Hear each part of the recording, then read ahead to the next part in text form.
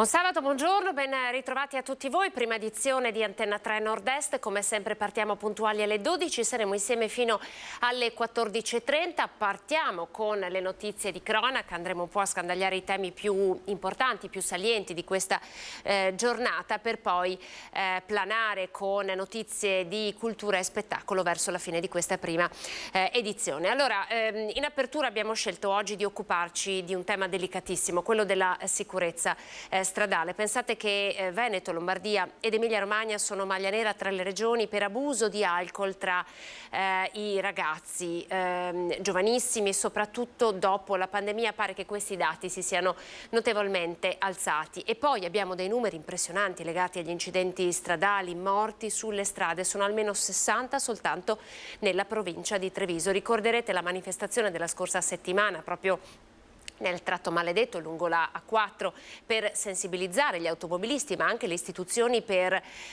velocizzare i cantieri ma anche rendere più sicure le strade del nostro territorio. Allora io in apertura vi ripropongo l'intervista al padre di Miriam Ciobanu, la ragazza travolta e uccisa la notte di Halloween da una giovane, risultato poi positivo agli esami tossicologici, aveva bevuto e aveva anche fumato degli spinelli. Il ragazzo è stato scarcerato, per lui è stato disposto l'obbligo di dimora. Ieri abbiamo incontrato il papà che è tornato sul luogo dell'incidente. Siamo nella Marca Trevigiana a Pieve del Grappe, ricordo la notte di Halloween. Andiamo a ascoltare Giovanni Ciobanu che cosa ha detto ai nostri microfoni e poi parleremo di sicurezza stradale con due ospiti d'eccezione che tra poco vi presenterò, ma intanto vediamo il servizio. C'è tanta rabbia, c'è tanta delusione e ancora ho delle domande a cui devo darmi delle risposte. Al ragazzo che ha ucciso Miriam è già stata ridata la libertà, può fare una vita normale. Io sono stato all'obitorio oggi a vedere mia figlia e lui se la spassa. Alla morte nel cuore Giovanni Ciobanu, e in quella casa, riferiscono i contatti più stretti dove ha sempre vissuto con la sua Miriam, ora non ci vuole proprio tornare. Come mamma Adriana ieri, oggi è lui a trovare il coraggio di andare sul luogo dell'incidente, quella lunga lingua d'asfalto che si è portata via sua figlia in una notte. Alessandro Giovanardi, il 23enne che ha travolto la ragazza, è stato scarcerato ieri. Il GIP ha disposto per lui l'obbligo di dimora e di uscire di casa dalle 20 alle 6. Hanno rimandato a casa una persona che ubriaca e drogata guidava una macchina a forte velocità. È come se avesse avuto in mano un'arma, continua il papà. Non ce l'ho con nessuno, aggiunge. Mi chiedo soltanto se per caso quel giudice abbia una figlia. Oltre al fatto della giustizia mi sento umiliato da questa decisione. Si poteva almeno aspettare che fossero celebrati i funerali. Poteva temporeggiare qualche giorno, però in onore di mia figlia. Non per altro, perché dopo non mi interessa della sua vita, non ho niente. Si porterà a lui le conseguenze, il danno morale o le conseguenze morali, perché non so come affronterà un disastro che ha combinato. Questo qua non si chiama più un incidente, ma arrivo a capire che è un omicidio, perché uno che sale in una macchina con un'alcolemia che da quello che vengo a sapere è oltre 1,5 per 1000 o quello che, come si misura, vorrei essere già oltre qualsiasi limite, sotto l'effetto delle droghe, a 200 all'ora. Che manco si è accorto che ha preso qualcuno sotto. Come faccio a darmi pace? Mia figlia, il dolore all'istante che ha subito, la paura che ha subito, tutto quanto, come faccio a darmi pace?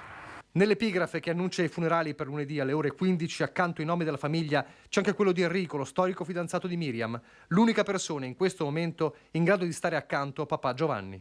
Miriam sarà cremata come avrebbe sempre voluto, la stella del papà che non riesce a distaccarsi da lei. Lei è appena stato con Miriam. Sì, fino adesso l'ho tenuta in braccio che faccio fatica a distaccarmi. Sarà rimasto anche fino a lunedì che sarebbe il funerale, però purtroppo chiudono e faccio fatica a distaccarmi. Le parole di un padre sconvolto. Il giorno prima abbiamo sentito mamma Adriana. Allora, è un tema importante. Ieri poi la provincia di Treviso ha dato il via al primo corso di educazione stradale. Vi faremo ascoltare le parole del presidente Marcone, ma intanto vorrei dare il benvenuto ai nostri ospiti. Riccardo Dallattore, ricercatore della Fondazione Think Tank del Nord-Est. Buongiorno Riccardo, grazie. Buongiorno. Grazie per essere con noi. Poi abbiamo Danilo Vendrame, presidente degli autotrasportatori di Confartigianato Imprese Marca Trevigiana. Danilo, buongiorno a lei. Buongiorno a tutti. Allora, perché per parlare di sicurezza stradale noi abbiamo invitato voi? Allora, partiamo con Riccardo Dalla Torre. Fondazione Think Tank ha fatto una ricerca interessante. L'esito di questa ricerca, lo riassumo poi Riccardo a lei ovviamente, è che sul tratto della A4 Venezia-Trieste, dove noi per comodità giornalistica parliamo anche di tratto maledetto, aumenta il traffico. Nel 2022 tire auto ai massimi livelli e così la sicurezza è sempre più a rischio. Ne abbiamo dati decine, centinaia di incidenti in quel tratto. Allora intanto Riccardo, come avete mosso i primi passi con questa ricerca e sostanzialmente che cosa vuole dimostrare? Sì, allora noi abbiamo analizzato quelli che sono i dati appunto delle percorrenze autostradali nei vari tratti. E abbiamo notato come appunto sul tratto Venezia-Trieste della 4 il traffico nei primi 6 mesi del 2022 sia già superiore a quello che era il traffico del 2019, cioè l'ultimo anno prima della pandemia. Infatti, in particolare il traffico pesante da gennaio a giugno ha registrato percorrenze dei TIR quindi superiore del 4,4% rispetto al 2019 e a questo si aggiunge anche una ripresa importante soprattutto a partire dal mese di maggio anche delle percorrenze delle auto che appunto nei mesi di maggio e giugno hanno registrato dei livelli record superiori al 2019. Quindi è chiaro che questo elemento aggiunge criticità alla situazione dell'A4, nel senso che chiaramente il tratto tra San Donà di Piave e Portogruaro, che è appunto l'unico rimasto a 2 corsie, deve sopportare un carico talmente elevato che poi appunto è facile che si verifichino degli incidenti. Ovviamente c'è un piano di analisi che riguarda il tema della sicurezza, rispetto al quale ovviamente vanno così stigmatizzate tutte le disattenzioni e le imprudenze degli automobilisti, ma è chiaro che queste si inseriscono in un contesto che è già di per sé molto critico. Infatti, anche se pensiamo a come è strutturata in quella parte l'autostrada, noi abbiamo 3 corsie che arrivano da ovest al passante di Mestre e le 2 corsie della tangenziale chiaramente si uniscono prima in un tratto 2 corsie fino a San Donà e poi si riducono a 2. È chiaro che la situazione oggi è una vera e propria emergenza che a nostro avviso è un'emergenza proprio di livello nazionale. E tra l'altro, insomma, in qualche modo per sottolineare questa emergenza, noi eravamo diversi giorni fa, più di qualche settimana fa peraltro, quando è stata celebrata una sorta di messa proprio su quel tratto maledetto. Vi facciamo vedere le immagini. In quella messa c'erano dei sindaci che appunto continuano a chiedere che il cantiere diciamo si velocizzi, che si possa velocizzare il cantiere per la terza corsia. Però Dalla Torre le chiedo, si tratta davvero di un'arteria infrastrutturale importante, perché quell'arteria collega sostanzialmente le nostre regioni con l'Oriente. È solo questione di velocizzare i tempi, secondo voi?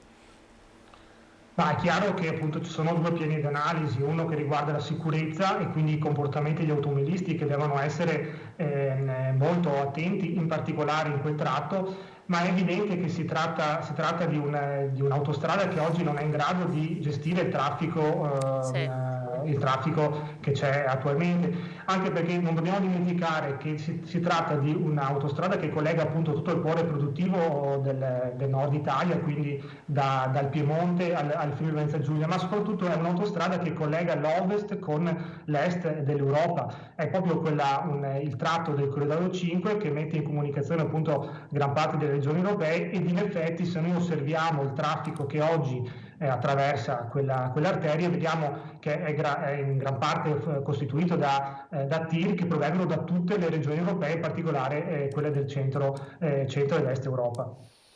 Allora, Danilo Vendrami, poi torno da lei, Dalla Torre. Confartigianato parallelamente, ma veramente è stato questione di giorni, ha presentato una proposta per ridurre gli incidenti nel tratto maledetto della 4 e gli autotrasportatori hanno proprio sottolineato come dagli inizi degli anni 2000 l'autostrada A4 si sia dimostrata insufficiente, leggo testuali parole del comunicato stampa, ad accogliere il flusso di traffico nazionale ed internazionale, e da subito dunque si è parlato di terza corsia. Ma non ci sono piazzole di sosta, non c'è corsia d'emergenza, insomma non è sufficiente per gestire la mole di traffico, da qui insomma gli incidenti che sono causa anche ovviamente delle distrazioni del conducente, ma poi arriveremo a qui. Quale parte vuole fare il suo settore, Vendrame? È abbastanza semplice, cioè quello che ho scritto sul comunicato stampa è esattamente quello che ha detto il signore di prima, che purtroppo l'autostrada, se si è pensato di allargarla, vuol dire che si riteneva che non era più sufficiente. Si è pensato di allargarla a stralci e l'ultimo stralcio è ancora da fare, si sta appaltando adesso, quindi ci vorrà del tempo. Che ci sia, non ci siano piazzole di sosta è una vecchia storia, si potrebbe fare qualcosa. Certamente le cose sono dovute agli automobilisti, alla diversa percezione che non adoperano quando arrivano dall'autostrada più larga. Cioè, se io metto una velocità prestabilita e sono sull'autostrada a 3 corsie, faccio presto a cambiare corsia se trovo una macchina davanti, ma se vado su quella a 2 corsie, di cui una è occupata dai camion e una dalle macchine, devo seguire il veicolo davanti, quindi fare una velocità che si adegui al veicolo che mi precede, altrimenti vado troppo sotto, altrimenti non c'è più la distanza di sicurezza e quindi diventa difficile frenare in caso di emergenza. Cos'è che avevamo proposto noi? Proposto di fare quella distanza di sicurezza obbligatoria. Come farla? Tipo quelle cose che si mettono sulle autostrade per la nebbia con gli occhi di gatto, cioè dire guardate che se non siete a quella distanza e non vedete 2 segnali dipinti per terra, vuol dire che siete troppo vicini al veicolo che vi precede, dovete rallentare. Questo magari con qualche sanzione. Allora non è che questo faccia meno o aiuta a riversare l'attenzione, smobilitare intanto il discorso dei chilometri programmati, lo smobiliti perché devi seguire quella precedente e intanto ti riabitui a una nuova situazione di traffico che non è quella a 3 corsie ma è quella a 2 corsie intasate. Io ho parlato, che mi ha telefonato con il presidente di Autostrade in una cortese telefonata che mi ha fatto e mi diceva che secondo lui, o meglio, che il codice della strada non gli permette di fare un tipo di segnaletica come richiesto da noi.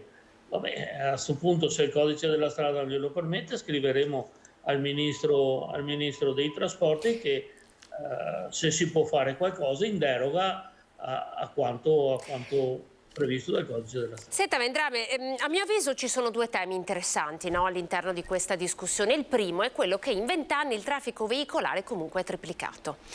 Ci sono molte più auto sulla strada, ma ci sono anche perché comunque si utilizza molto l'auto sulla strada e nel vostro caso, nel caso di utilizzarla a fini lavorativi, quindi il trasporto delle merci, poco è cambiato, no? Nelle varie politiche anche nazionali di logistica, cioè per consentire che il traffico su gomma magari possa avere volumi inferiori a questo. Secondo lei è corretto? Cioè anche provare ad intervenire da questo punto di vista, cioè dal punto di vista di strade letteralmente intasate? Partiamo da un presupposto. Nel Veneto ci si è mossi in maniera buona, diciamo, perché prima avevamo 10 anni fa, se vi ricordate, avevamo le strade intasate a Mestre, perché la tangenziale di Mestre non c'era, si è fatto il secondo anello, che è il passante, è riuscito a tirar fuori il traffico da quel posto. Adesso con la pedemontana si fa il terzo anello che corre sopra e quindi il traffico si dovrebbe smembrare, diciamo, in 3 anelli, non più tutto uno sulla tangenziale di Marghera.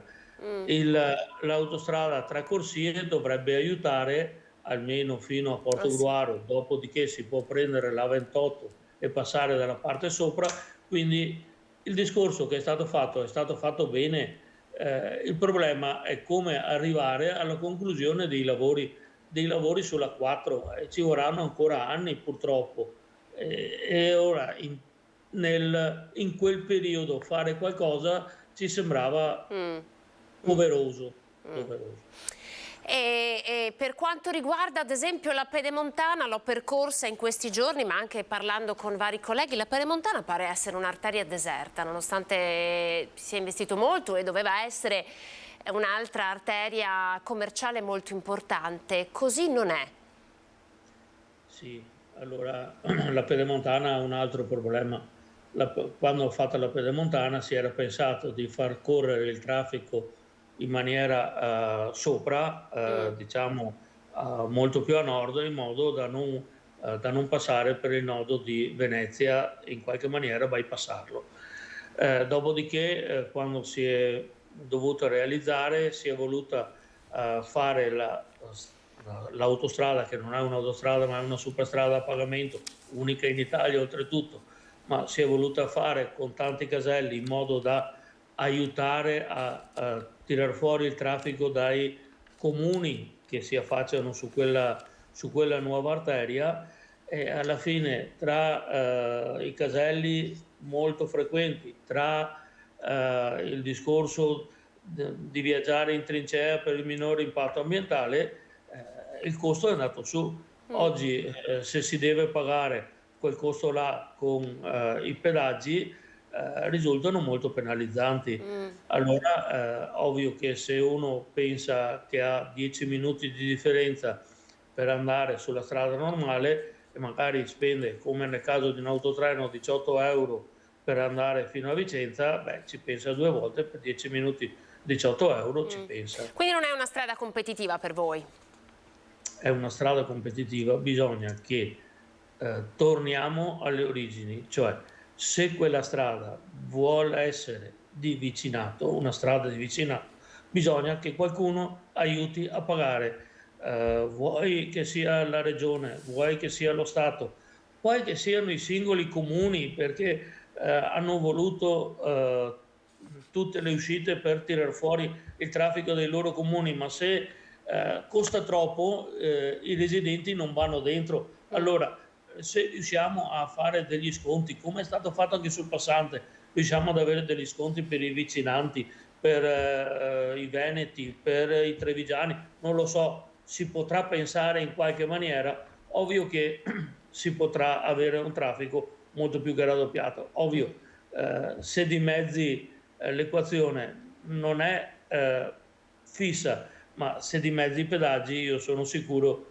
che di mezzi il costo dei pedaggi, sono sicuro che il numero dei pedaggi non sarà solo doppio, ma aumenterà di più. Aumenterà. Torniamo adesso sulla sicurezza stradale. Dalla Torre, voi avete fatto un parallelismo interessante, no? Del traffico veicolare lungo la A4 e su altre arterie che comunque sono importanti, la Brescia-Padova, l'autostrada del Brennero, la rete di CAV, e i volumi di traffico non sono assolutamente paragonabili. Da qui l'appello anche al governo ad avere un occhio di riguardo per questa situazione, che voi definite una situazione veramente urgente. Esattamente, a nostro avviso oggi la 4 Venezia-Trieste è una vera e propria emergenza nazionale. Infatti i dati che abbiamo analizzato, che riguardano il primo semestre 2002, hanno evidenziato come appunto la rete di autovie, che comprende in particolare insomma la tratta Venezia-Trieste, abbia quasi raggiunto complessivamente, quindi tir e auto, il traffico pre-pandemia, quindi nel 2019 siamo complessivamente solamente a meno 1,8%. Ed è il dato migliore a livello di nord-est. Infatti le altre arterie, la Brescia-Padova, l'autostrada del Brennero, il passante di Mestre, la rete di CAV, ha delle performance leggermente inferiori. Quindi è proprio questa tratta, la 4 Venezia-Trieste, che ha avuto gli aumenti maggiori nell'ultimo periodo. Da qui appunto il nostro appello. Allora è chiaro che oggi le azioni da portare avanti sono due.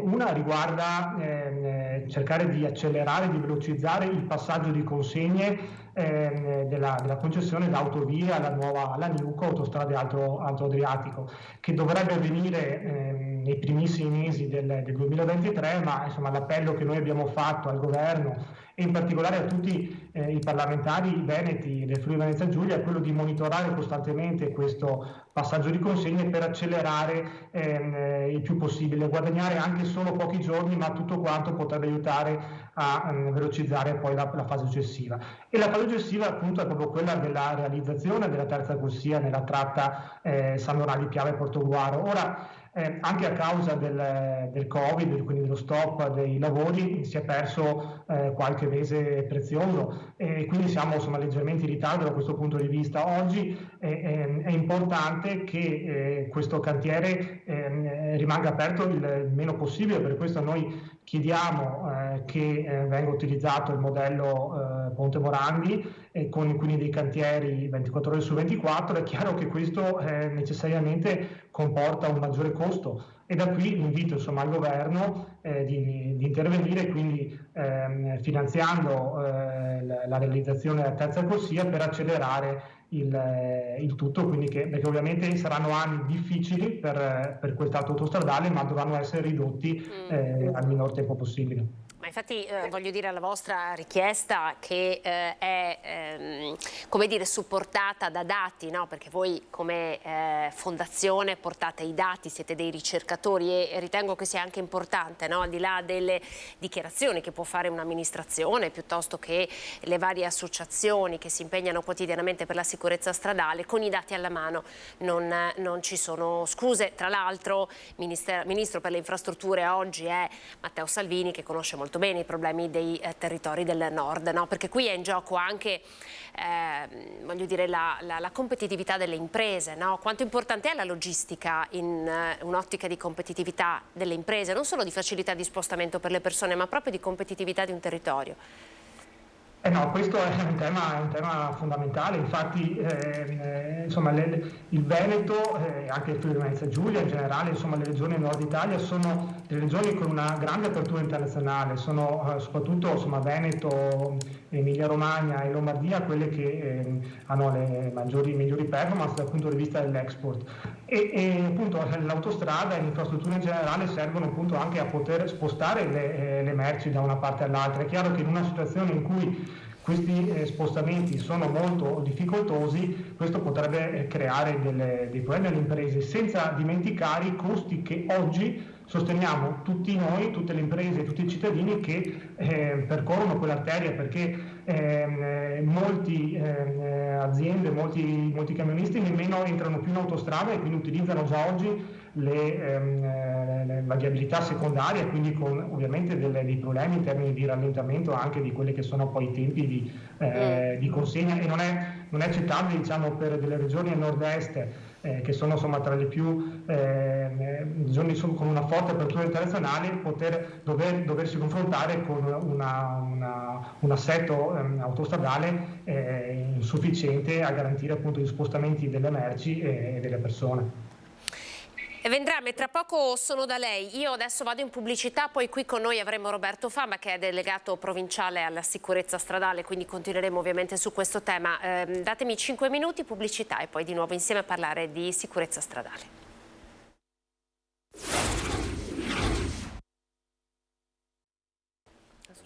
Ben ritrovati, allora, sicurezza stradale, traffico veicolare, il tratto della 4, siamo in autostrada, ne stiamo parlando con Riccardo Dalla Torre, Danilo Vendrame, che saluto nuovamente, sono in collegamento con noi, e saluto invece che ci ha raggiunto in studio Roberto Fava, delegato, possiamo dire, per la sicurezza stradale per la provincia di Treviso. E tra poco, Roberto, con te parleremo del grande progetto attivato, partito grazie all'impegno della provincia di Treviso, un tavolo per la sicurezza stradale. Ne parleremo tra poco. Ieri le prime lezioni ai ragazzi e ci racconterai anche insomma com'è andata e che cosa avete detto a questi ragazzi. Ma come promesso volevo tornare da... Buongiorno a tutti. Buongiorno.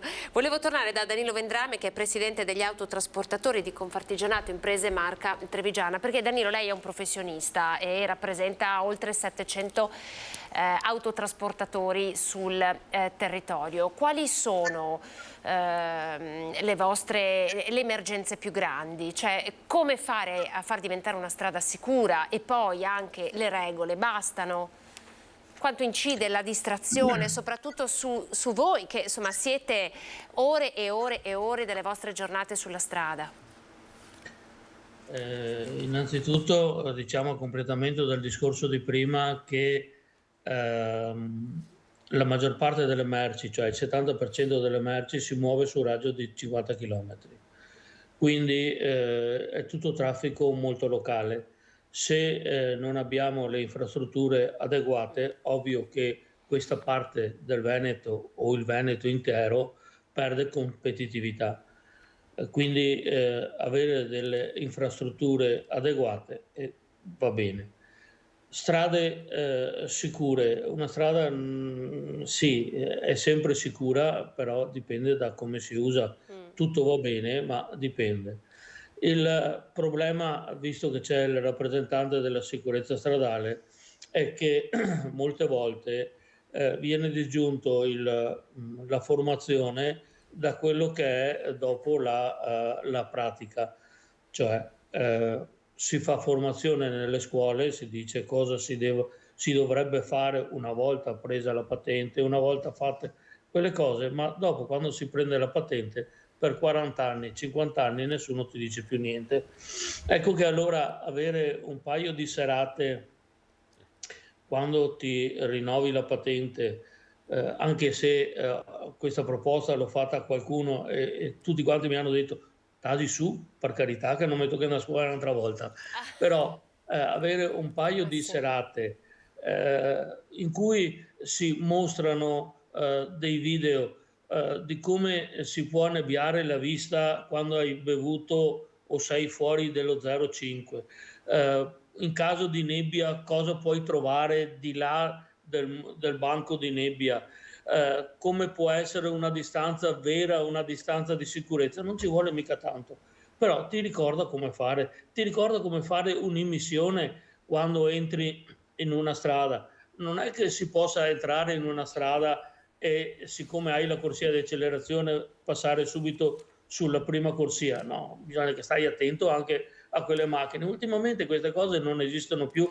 bisogna che tu, se sei la prima corsia, e noi con i camion siamo sempre sulla prima corsia, bisogna che stai attento a quelli che si mettono, perché ti tagliano la strada, o meglio, se ne lasci passare uno, dietro se ne mettono altri due e quindi diventa pericoloso. Dopo si fa il piccolo tamponamento, non viene neanche censito. Bene, ma quelli sono incidenti veri e propri che potrebbero avere anche delle conseguenze molto gravi.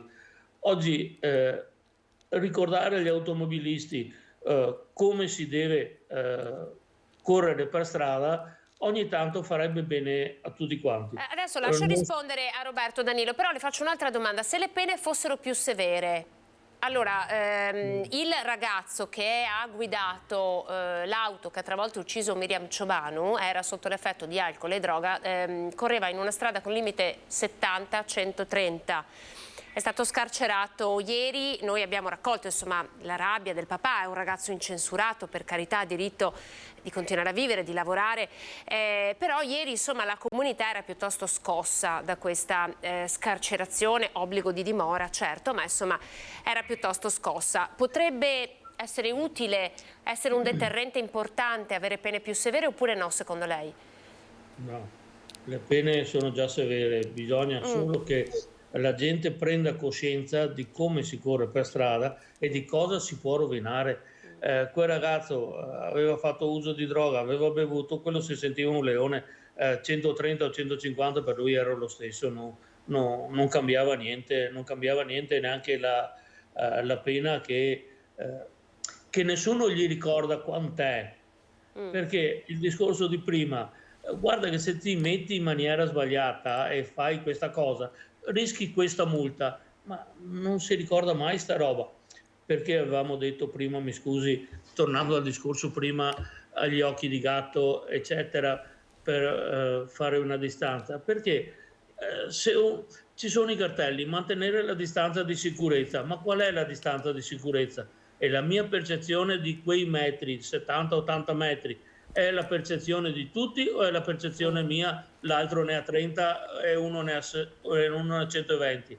Cioè, bisognerebbe imporre dove non c'è, diciamo, coscienza di quello che si fa, bisogna imporre le cose. Allora, se tu mi imponi di vedere la distanza di sicurezza che è quella, ovvio che devo tentare di mantenerla per non prendere la multa. Questo qua è una cosa che le multe ci sono sufficienti, il problema è avere la coscienza che se sbagli devi pagare e pesantemente. E la consapevolezza, Roberto Fava, voi è il vostro motore, no? Da quando avete aperto questo tavolo sulla sicurezza. Un po' raccogliendo la provocazione di Danilo, lui dice va bene le lezioni ai ragazzi, ma sarebbe importante mandare a lezione tutti, anche quelli che hanno la patente da 20-30 anni. Beh, intanto ti ringrazio di avermi invitato, insomma l'occasione per parlare di sicurezza è sempre utile e anzi dovrebbero essere moltiplicate per tutti. Ma dicevo prima, la finalità prima del progetto, che poi magari un po' alla volta ti illustro, è proprio quella della crescita di consapevolezza delle persone, perché purtroppo nella stragrande maggioranza dei casi di incidenti stradali il fattore umano è preponderante. Anche quando uno osserva le regole fino in fondo c'è sempre qualcosa che poteva fare per evitare un incidente stradale, per cui noi quello che dobbiamo fare assolutamente è far crescere la consapevolezza in tutte le persone che quando sei alla guida di un veicolo sei potenzialmente con un'arma in mano, e se tu sei consapevole di questo non bevi, non ti droghi, rispetti i limiti di velocità, rispetti le distanze, adotti tutti gli accorgimenti che puoi adottare nel mezzo, e ci sarà sempre purtroppo una possibilità che il tuo fattore umano incida lo stesso nella causa di un incidente. Per cui l'obiettivo è questo, quello principale, quello di far crescere questa consapevolezza, e questo progetto lo vuole fare anche attraverso la dimostrazione che la sinergia tra istituzioni e il parlare in maniera univoca, perché tante piccole iniziative messe assieme formano una comunicazione molto più forte e ridondante, proprio per arrivare a far crescere questa consapevolezza nelle persone, in tutte le persone. Come è strutturato il tavolo? Allora, intanto è partito, devo dirlo, l'idea è partita da una mamma che, ahimè, è stata protagonista di un grave incidente stradale, quello di Musile di 2 anni fa, e lei ha veramente spinto molto con le istituzioni. È nato all'interno della conferenza dei sindaci ULSS, dove sono stato incaricato come delegato in conferenza dei sindaci a creare un progetto. Da quella idea abbiamo messo insieme un nucleo di base, insomma, formato da 4 medici, da 4 dottori, insomma, da 4 figure dell'ULSS. E all'interno di quel nucleo è nata l'idea che il progetto dovesse essere a 360 gradi, non solamente per il post incidenti, non solamente per i problemi sociosanitari che avvengono dopo un incidente stradale, ma che dovesse essere a monte.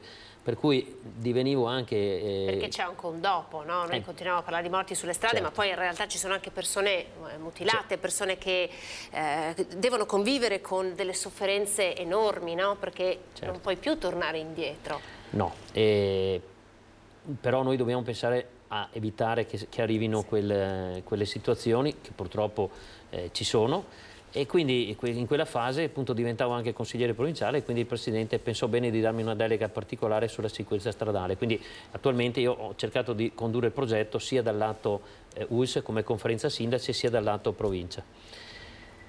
Uno degli aspetti fondamentali che diceva prima il dottore in collegamento è quello dell'educazione, perché il progetto l'abbiamo poi suddiviso in 4 sottoprogetti. Li abbiamo chiamati salute, sociale, educazione e viabilità.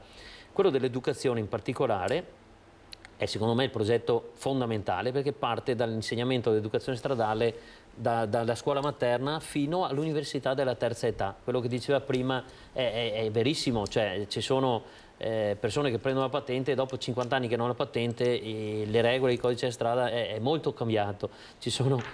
Faccio un esempio banalissimo, le rotatorie, no? Che uno che ha preso la patente negli anni 50 non c'era una rotatoria sulle strade, oggi ne abbiamo, ecco, dappertutto, e quindi solo sapere com'è il flusso di circolazione all'interno della rotatoria uno lo impara per esperienza, ma non perché te lo spieghino e magari spiegandotelo sei più consapevole di come funziona, banalmente, insomma.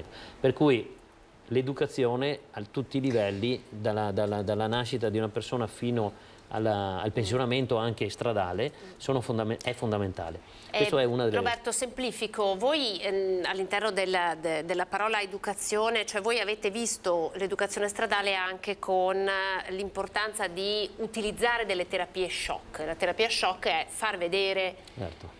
Immagini shock, è un po' quello che diceva Vendrame, no? Andiamo veramente a far vedere alle persone che cosa può succedere.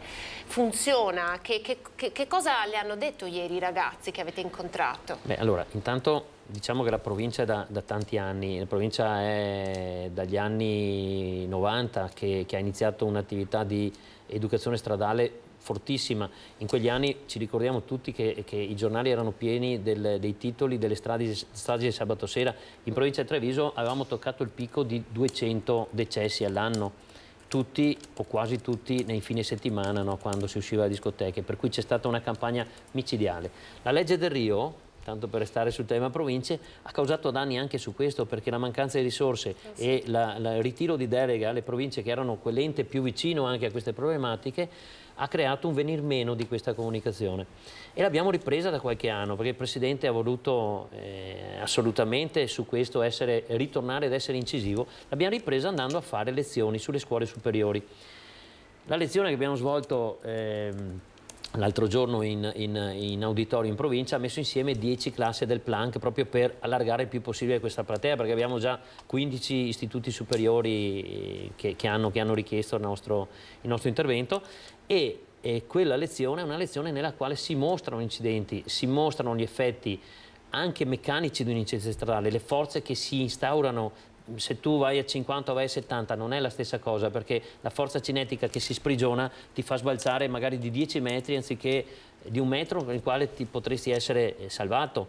E quindi si fa capire attraverso anche queste immagini e questi esempi così forti, insomma, quali sono gli effetti di un incidente stradale. Così veri, perché telecamere di sicurezza sulle strade poi non vengono mostrate a chi ha fatto l'incidente, ma mostrate a un ragazzo di 18 anni che sta per conseguire la patente, certo gli rimane un segno indelebile, insomma. Vorrei farla dialogare con Riccardo Dalla Torre, che ha portato i dati, no, del traffico veicolare lungo la A4, e Dalla Torre come ricercatore ha sottolineato l'importanza di avere arterie sicure, l'importanza di questo, e la provincia di Treviso ha diverse strade, e tutte le volte che ci sono incidenti stradali c'è sempre chi dice: questa era una strada pericolosa, bisogna fare qualcosa. Anche a Pieve del Grappa c'è stato detto: è una strada pericolosa, non ci sono rallentatori, non ci sono. Quanto importante è poi, oltre al il comportamento del conducente, anche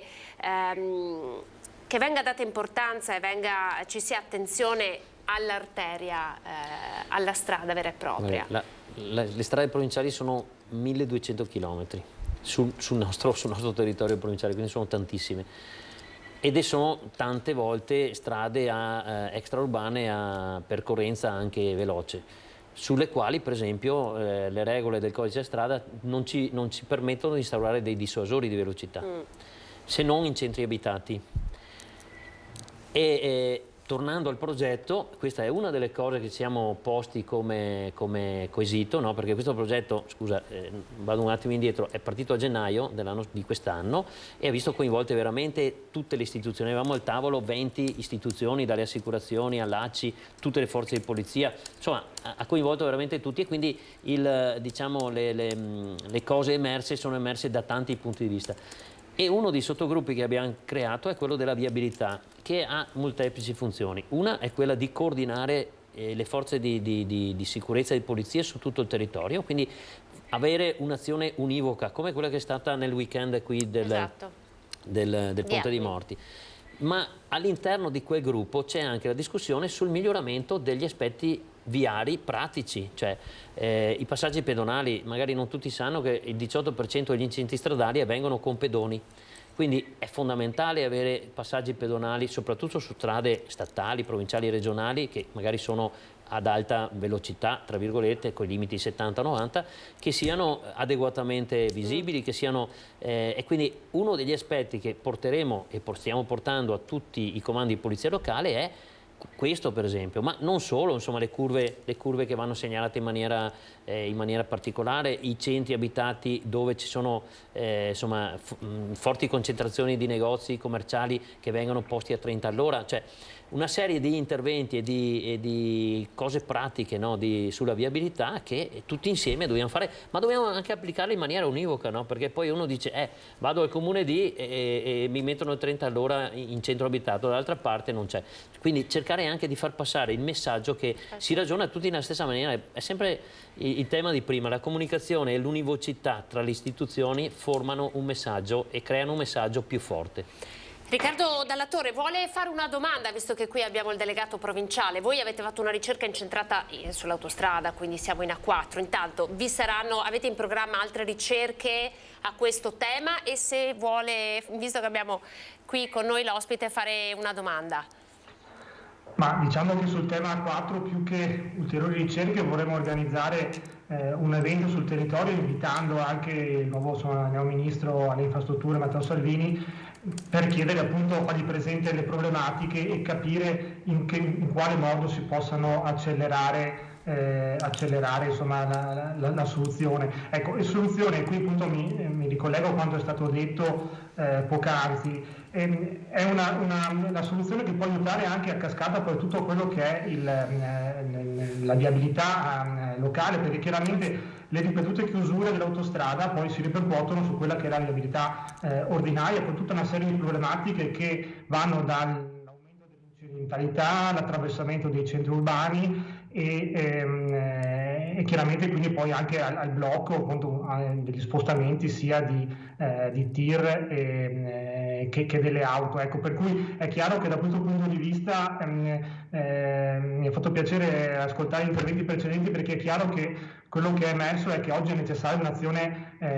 di sistema, nel senso che c'è un'emergenza oggi, quindi di completamento della terza corsia, ci sarà un'emergenza domani o comunque delle problematiche che andranno risolte nel momento in cui ci sarà il cantiere da San Donato a Portogruaro, che potrebbe essere risolto con una gestione del corridoio alto a cui accennava anche il signor Vendrame in precedenza, per cui i flussi di lunga percorrenza che arrivano da ovest, che potrebbero prendere la Pedemontana e poi la A27 e la A28 per uscire a Portogruaro, per quindi eliminare in parte il traffico del corridoio basso della 4, e poi anche un'azione insomma di lungo periodo è quella di spostare i mezzi pesanti dalle autostrade in parte alle ferrovie e alle autostrade del mare. Ecco, per cui è chiaro che questo potrebbe essere sicuramente una soluzione poi di lungo periodo da mettere in campo. Ecco. Per quanto riguarda appunto la domanda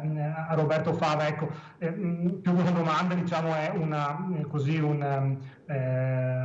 condivisione. Ecco, sicuramente oggi le azioni che stanno mettendo in piedi la provincia di Treviso da questo punto di vista sono importantissime, perché cercano un po' di sensibilizzare rispetto alle difficoltà che oggi insomma, incontriamo tutti noi, insomma, che percorriamo strade e autostrade. Ecco, forse così la domanda che mi sentirei di fare è capire in che modo queste poi iniziative possono anche essere diffuse, magari insomma, non solamente tra i giovani, ma anche appunto sulla stampa o insomma sui media in generale, per far capire soprattutto a chi oggi appunto per la prima volta prende in mano un'auto quanto complessa sia effettivamente la situazione sulle strade, e quindi quante attenzioni in più debbano essere considerate. Grazie Riccardo, grazie per essere stato con noi, ricercatore della Fondazione Think Tank. Ovviamente quando avrete altre ricerche, numeri, tesi da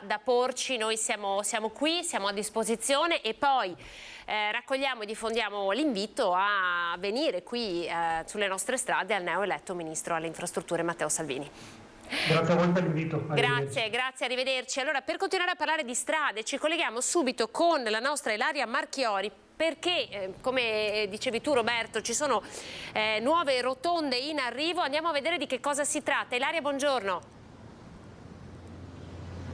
Sì, buongiorno Anna, buongiorno ai nostri telespettatori. Come vedete ci troviamo proprio nel bel mezzo del cantiere qui in Via della Libertà. Per chi non conoscesse bene la zona, è quella che diciamo dalla terraferma accompagna poi a Venezia, Piazzale Roma e poi nella città lagunare. Bene, come vedete alle mie spalle purtroppo si sentiranno anche alcuni rumori perché ci troviamo proprio anche nel bel mezzo dei passaggi delle auto e degli altri mezzi. Dicevo, alle mie spalle c'è proprio una gru perché stanno continuando i lavori. Sarà infatti un fine settimana in cui continueranno i lavori, in cui i cantieri sono ancora aperti. Spuntano intanto nuove 4 rotatorie e ben presto saranno attive e disponibili anche le 4 corsie. Si tratta di lavori che sono iniziati già parecchio tempo fa e che sono destinati a modificare, in meglio ovviamente si intende, la viabilità tra Mestre e Venezia. Secondo quanto ha dichiarato l'assessore comunale alla mobilità Renato Boraso, i lavori potrebbero terminare addirittura per il prossimo febbraio. L'appuntamento poi potrebbe essere in primavera. A dire il vero l'assessore ha detto mi tengo un po' più largo anche a giugno, quindi comunque mancano in ogni caso pochi mesi, comunque meno di un anno. Questi lavori di mega cantiere realizzeranno un'opera faraonica che cambierà tutte le connessioni, come dicevo, tra Mestre e Venezia, la prima zona industriale di Porto Marghera, poi quella anche universitaria di via Torino e con tutti i servizi annessi e connessi. E dopo il viadotto, le cui 4 corsie saranno finalmente definitivamente riaperte a breve, si vedranno anche le 2 rotatorie, quella a raso all'altezza di Fincantieri che è più indietro, ovviamente noi non ci possiamo spostare per ovvi motivi, e poi la seconda sopra la galleria che è collegata al cavalcaferrovia verso via Torino, dunque da quella parte più in alto. Ovviamente si comincia a delineare la parte finale di questo intervento, ha dichiarato proprio l'assessore Boraso, e in questo fine settimana sono previste le gettate finali di cemento armato dopo mesi e mesi di lavoro. Con questa infrastruttura, ha dichiarato ancora Boraso, avremo non solo nuovi collegamenti ma anche una garanzia per la mobilità quando dovremo rifare il cavalcavia di San Giuliano, perché ovviamente ci saranno lavori anche da quella parte lì.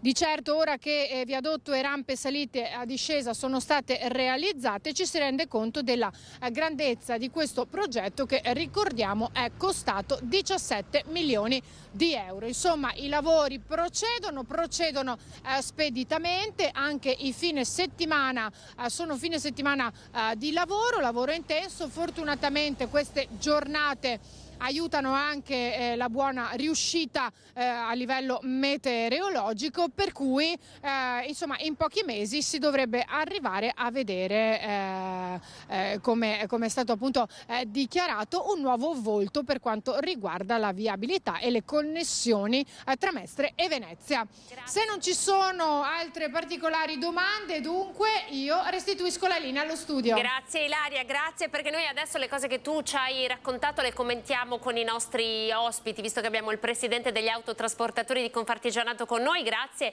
e buon lavoro. Danilo Vendrame, perché sono così importanti questi lavori, questi cantieri? Qual è il valore di una rotonda per la viabilità? Lo chiedo proprio a un autotrasportatore. Lì non c'è solo una rotonda, ma c'è un cavalcavia, esatto. C'è una Fincantieri che occupa 3.000 operai e che non avevano un posto dove come entrare, come andare, eccetera, quindi c'erano tutte le mattine. Io quella strada là, quel cavalcavia là, lo faccio 6 volte al giorno, quindi più o meno lo conosco. E c'era il problema della Fincantieri e di un'eventuale nuova diciamo industrializzazione che vediamo si stanno muovendo nuovi capannoni in quella zona a Venezia, quindi poter riuscire a smembrare il traffico un po' prima del cavalcavia più avanti diventa una cosa utile per il traffico e quegli incidenti che dicevamo prima, quei micro incidenti del tamponamento in cui non vengono censiti eccetera, quelli erano 2-3 al giorno. Adesso speriamo che con questi discorsi venga attenuato questo sistema. Grazie. Però vorrei adesso dire anche un'altra cosa al signore del comitato. L'incubo di qualsiasi che va per strada, specialmente dei trasportatori, perché noi siamo alti sul camion, sono i passaggi pedonali. Ecco. Passaggi pedonali, l'incubo è sempre quando vedi qualcuno sul marciapiede che si sta muovendo, non sai mai se questo all'ultimo momento ha voglia di attraversare o se sta seguendo il suo marciapiede e basta. Allora quello che avevamo proposto a suo tempo, ma che la politica ancora non ha capito, è di mettere, adesso si sono messi molti segnali con 2 lampeggianti per segnalare il passaggio a livello, ma se questo discorso fosse fatto anche con un bottone, arriva il ragazzetto di corsa, non può attraversare la strada, e se attraversa la strada e lo investo, ho colpa io perché non sono riuscito a prevederlo. Invece se riuscissimo ad avere tipo il semaforo, schiacci il bottone e dopo 2 secondi si attiva il lampeggiante che una persona sta passando, ecco che ti fermi e sai che quella persona ha voglia di passare e non passa di corsa. Questo sarebbe una cosa che aiuta molto la sicurezza e forse leva quell'incubo che abbiamo tutti quanti, specialmente sui camion, perché noi abbiamo la guida a sinistra e un ragazzetto di 1,20 m, 1,30 m non lo vedi. Addirittura i francesi hanno messo la scritta angolo morto, non lo vedi. Quindi bisognerebbe riuscire gli incidenti sui passaggi pedonali sono abbastanza frequenti, quindi bisognerebbe prevenire sta roba. Roberto, prego, delegato alla sicurezza stradale per la provincia di Treviso. Allora, un altro tema, no? Che cosa può rendere più sicura una strada? Beh, tanto quello sui passaggi pedonali lo accennavo proprio prima, dottor Vendrame, il 18% degli incidenti avvengono con pedoni, con coinvolgimento di pedoni, e una delle tematiche di questo tavolo è stato proprio il porsi anche il tema dei pedoni e quindi come possiamo migliorare i passaggi pedonali. Detto questo, insomma, quello che si deve fare, mi veniva in mente una cosa, scusami, prima mentre c'era il collegamento con Mestre.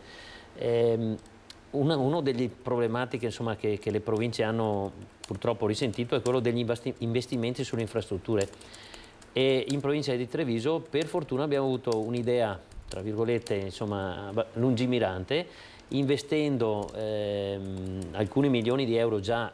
Siamo al secondo bando, insomma sono stati investiti mi sembra 8 nel primo e 9 nel secondo, abbiamo generato possibili lavori che ancora non si sono completati per 50 milioni di euro sulla nostra provincia, perché andiamo a cofinanziare progetti che i comuni ci presentano di sicurezza, di miglioria viaria, dando una quota di cofinanziamento fino a un massimo di 250.000 euro. E il comune ovviamente deve trovare risorse per mettere la differenza. Questo ha generato investimenti che, ripeto, non sono ancora ovviamente tutti quanti avviati, investimenti per 50 milioni di euro sulla nostra provincia, che non sono pochi, cosa che una volta quando ci venivano lasciate le risorse magari le province potevano permettersi di investire nell'arco di un quinquennio in maniera indipendente, e oggi dobbiamo fare sinergie anche su questo.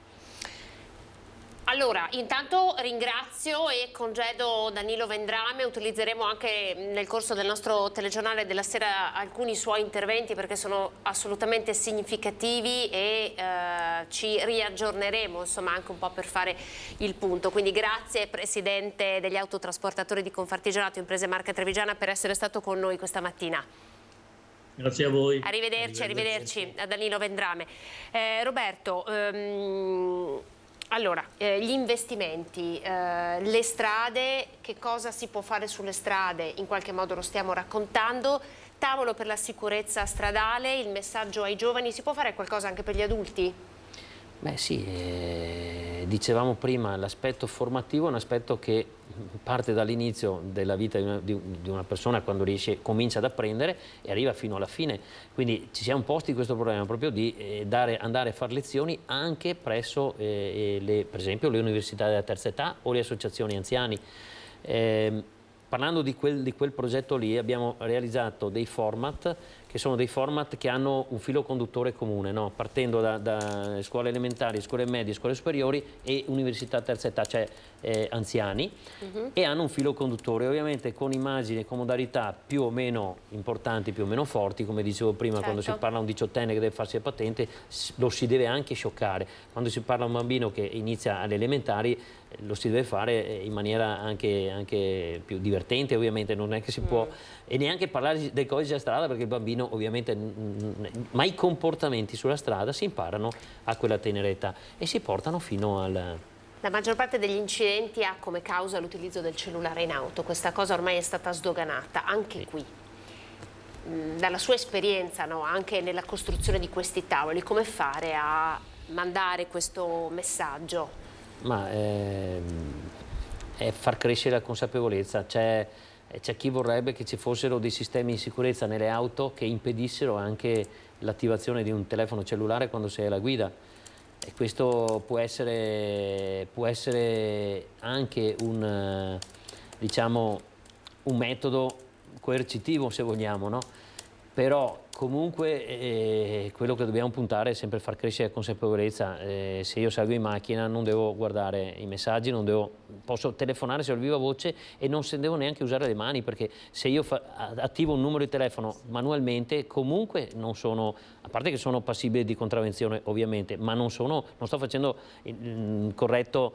Cioè, dicevano l'altro giorno ai ragazzi, no, gli insegnanti, dicevano: quando sali su un'auto e ti metti la cintura di sicurezza, tu hai solo un compito: guardare davanti, guardare la strada, guardare avanti, perché guardare avanti in ogni momento ti può salvare la vita, anche se stai rispettando tutte le regole, proprio perché, come dicevamo prima, il comportamento umano sta alla base di qualsiasi incidente. E se io ho distolto lo sguardo anche per guardare sul sedile che ho un oggetto, in quella frazione di secondo posso non aver attivato una frenata e tamponato quello che stava davanti.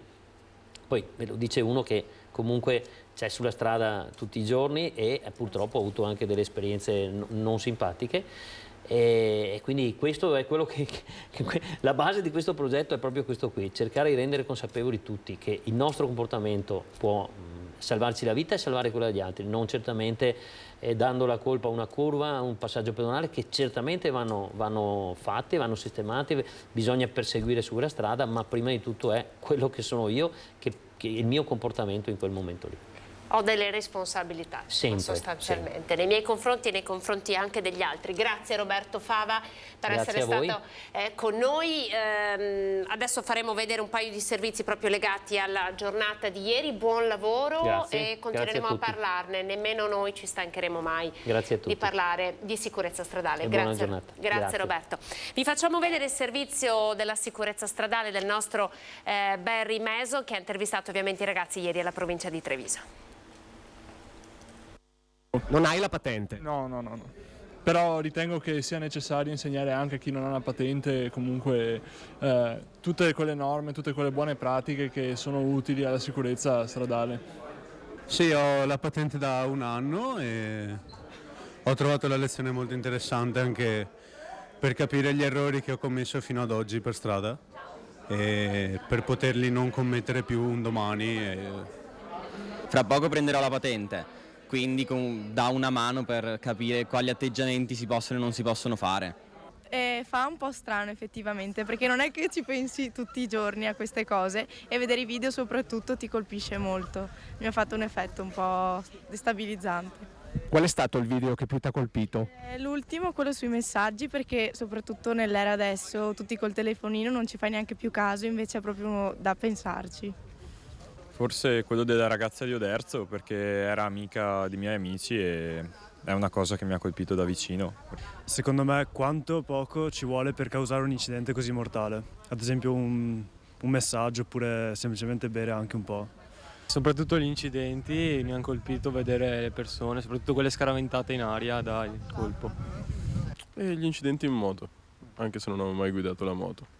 Dico, ha fatto un grande effetto perché comunque anche io sono stato, non dico vittima di un incidente, però un po' di tempo fa sono stato appunto vissuto in prima persona, sono caduto da solo praticamente, però comunque è stato molto significativo vedere quei filmati là.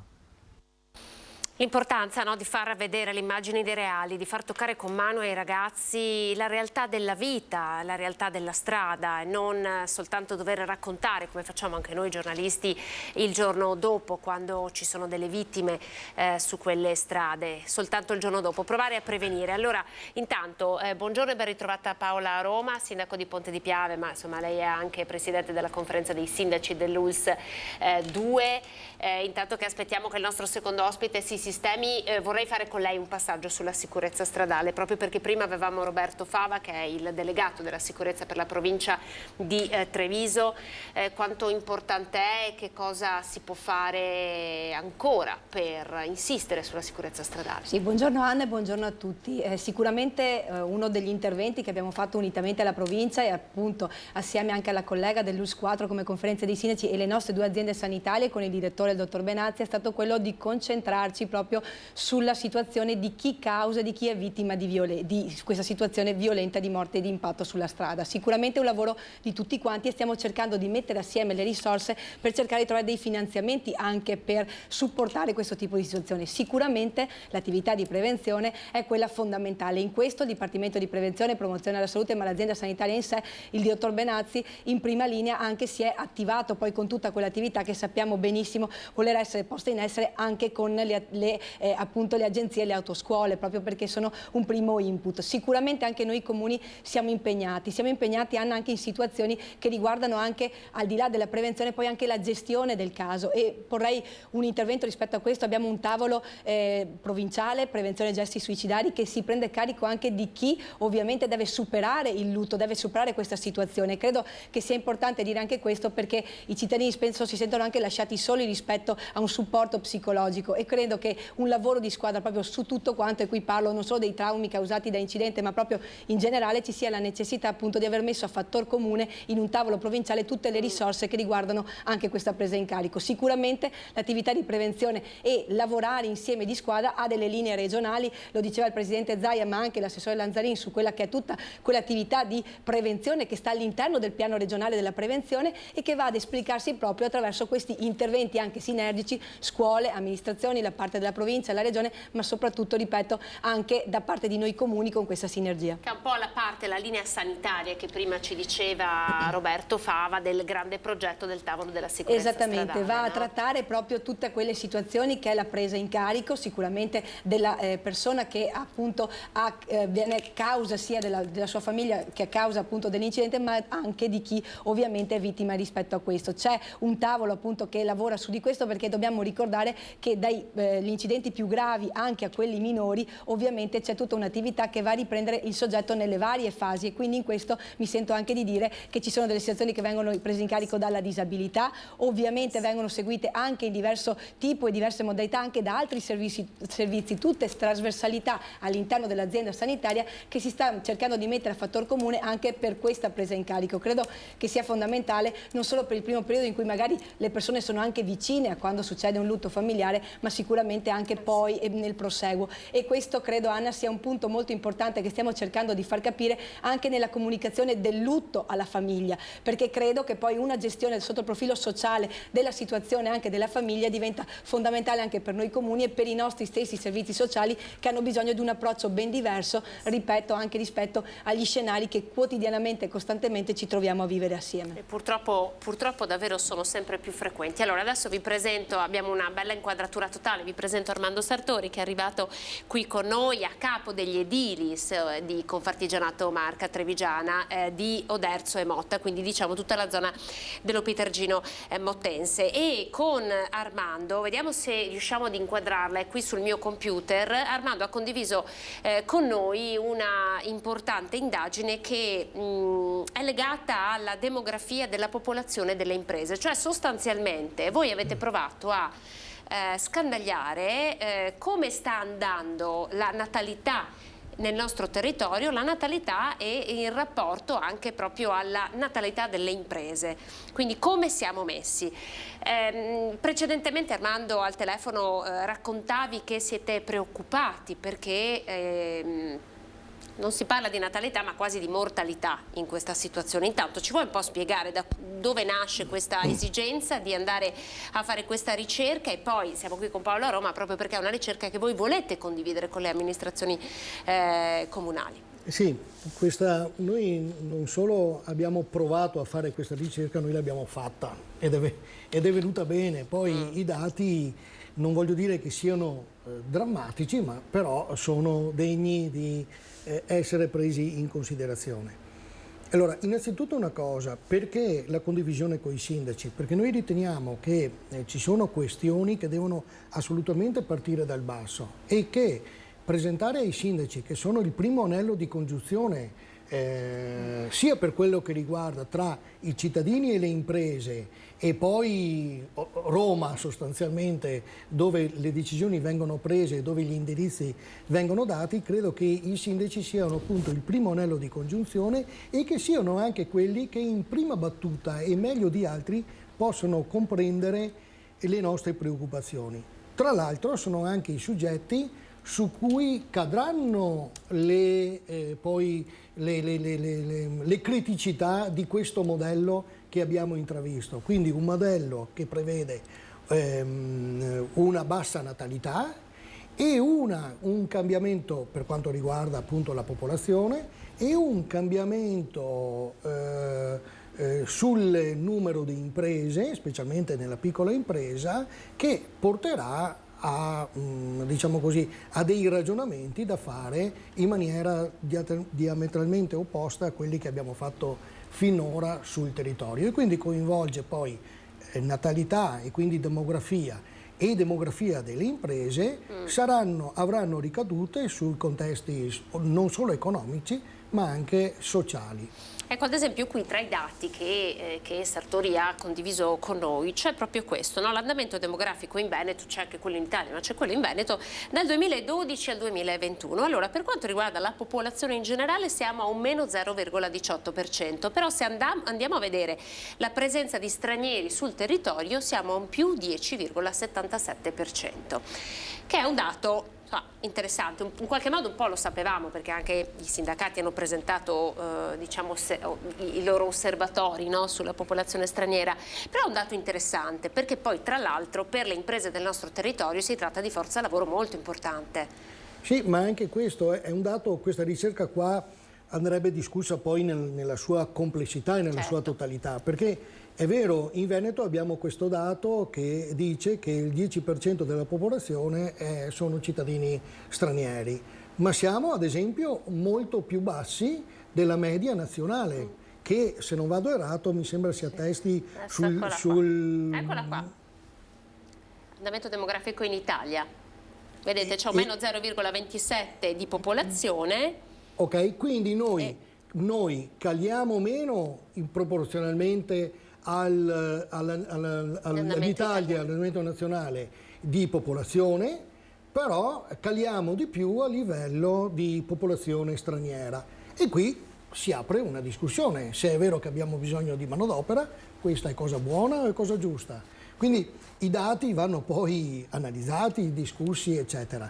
E c'è anche un altro andamento, ad esempio, che ci dice che sempre a livello di popolazione, pur leggermente, cala un pochettino Treviso e in leggera crescita le uniche due province in positivo in termini di numeri sono Verona e Padova, prima Verona e poi Padova, però il resto delle province Adesso trovo anche la slide delle province, datemi un attimo, andamento delle province venete, eccola qua. Allora abbiamo Verona un più 22,09%, sì, incredibile. Incredibile, vuol dire che lì c'è un fenomeno, che ne so, che può essere il lavoro, che può essere il turismo, che può essere... Verona è una provincia importante sotto l'aspetto turistico, perché poi in Veneto siamo portati a pensare subito a Venezia, però Verona, insomma... Invece Verona si è alzata, invece abbiamo Treviso un meno 3,19%, e Vicenza un meno 9,53%. Per esempio il dato di Vicenza, quello non me lo so spiegare,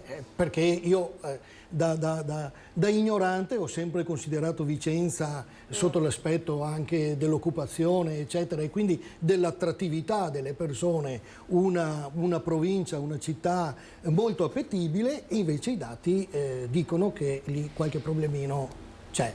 Com'è lo stato di salute delle imprese del territorio? Voi avete lo sguardo sullo Pitergino Mottense, poi andiamo Paola con te a commentare anche un po' questi dati. Sì, allora, tanto per dire, questa ricerca qua è molto complessa ed è molto puntuale.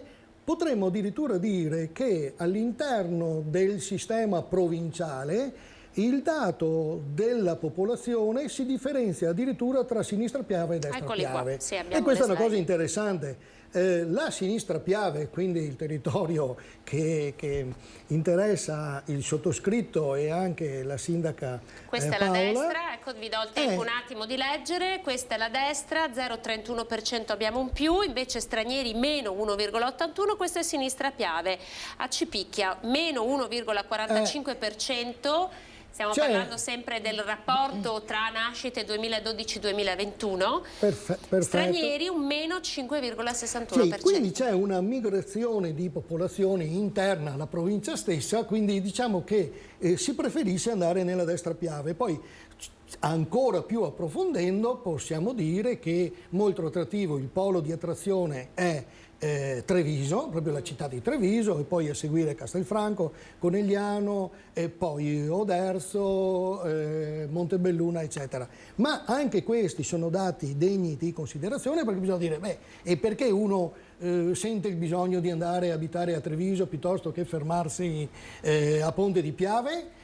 E lì potremmo aprire una discussione che qualche domanda, qualche risposta ce l'abbiamo già. Perché come artigiani avete sentito l'esigenza di fare questo tipo di ricerca? Perché noi come gli artigiani vivono del lavoro che viene dal territorio, no? Quindi noi certo abbiamo anche una parte di artigianato importante che esporta e che quindi produce, eccetera. Ma il piccolo artigiano, quello che noi siamo, quello che ha di fatto contribuito al miracolo, il famoso miracolo del Nord-Est, che poi possiamo anche vedere, sappiamo esattamente quando è finito, perché la notizia è anche che il miracolo del Nord-Est non esiste più, ok?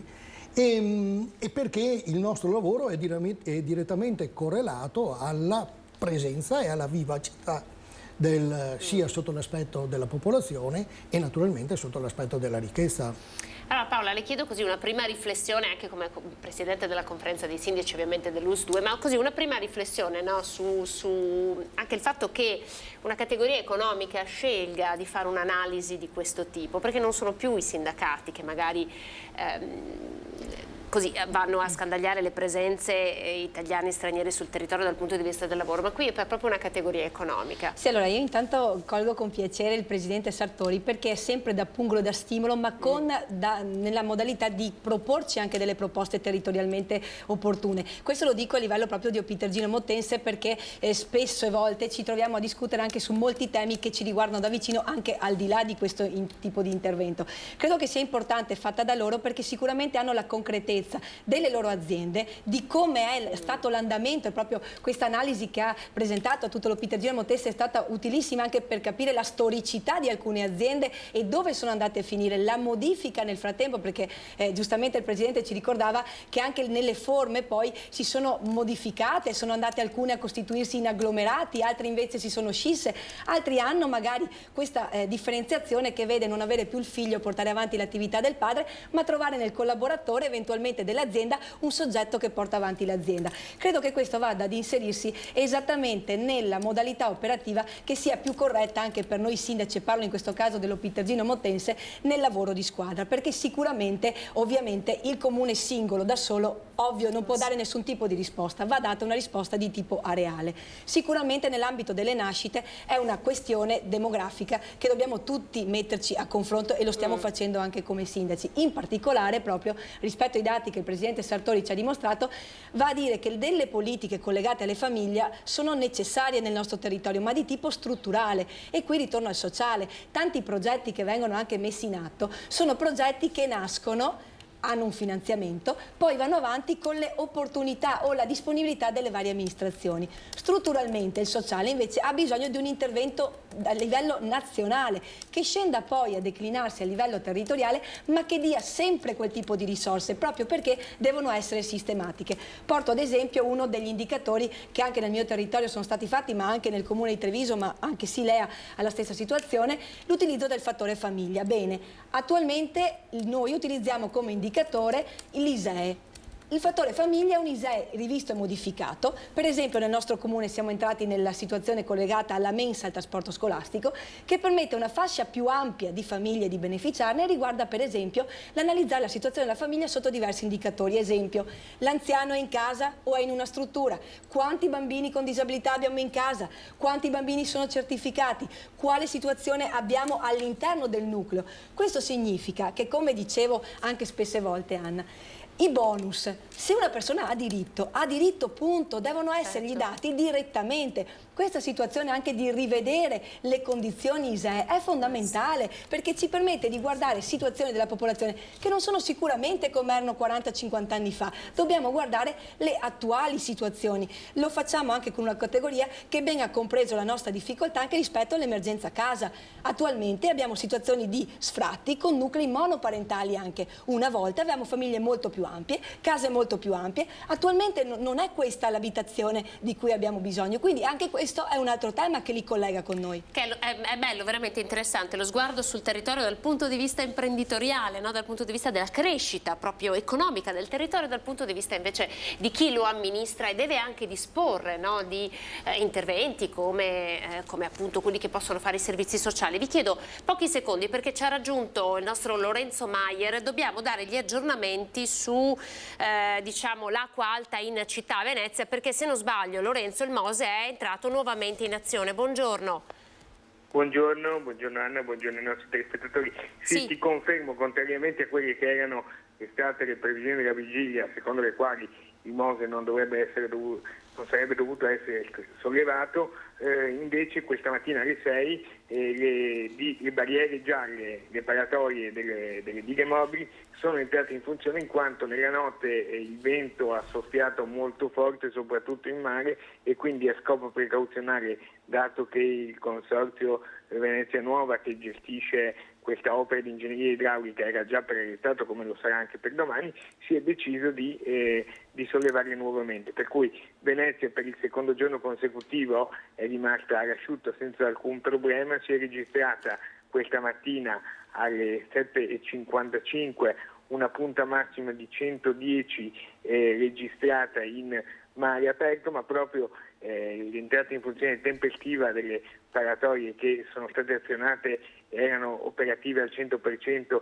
in 30 minuti, ha consentito di fermare l'onda della laguna a 75, per cui senza alcun tipo di problema. Ecco, è lo stesso dicaci per Chioggia, quindi Venezia è rimasta all'asciutto. Erano già state anche collocate nella notte le barriere provvisorie a difesa della Basilica, che poi intorno alle 6 sono state smontate, in quanto appunto si è deciso di far entrare in funzione il Mose. Per domani è prevista una nuova massima di 100 intorno alle 9, ma questa volta il Mose non dovrebbe sollevarsi, per cui se così fosse verranno collocate sicuramente le barriere a protezione della Basilica, quindi per tutta l'area marciana ci potrebbe essere qualche problema di acqua alta, ma la struttura che gestisce il Mose comunque sta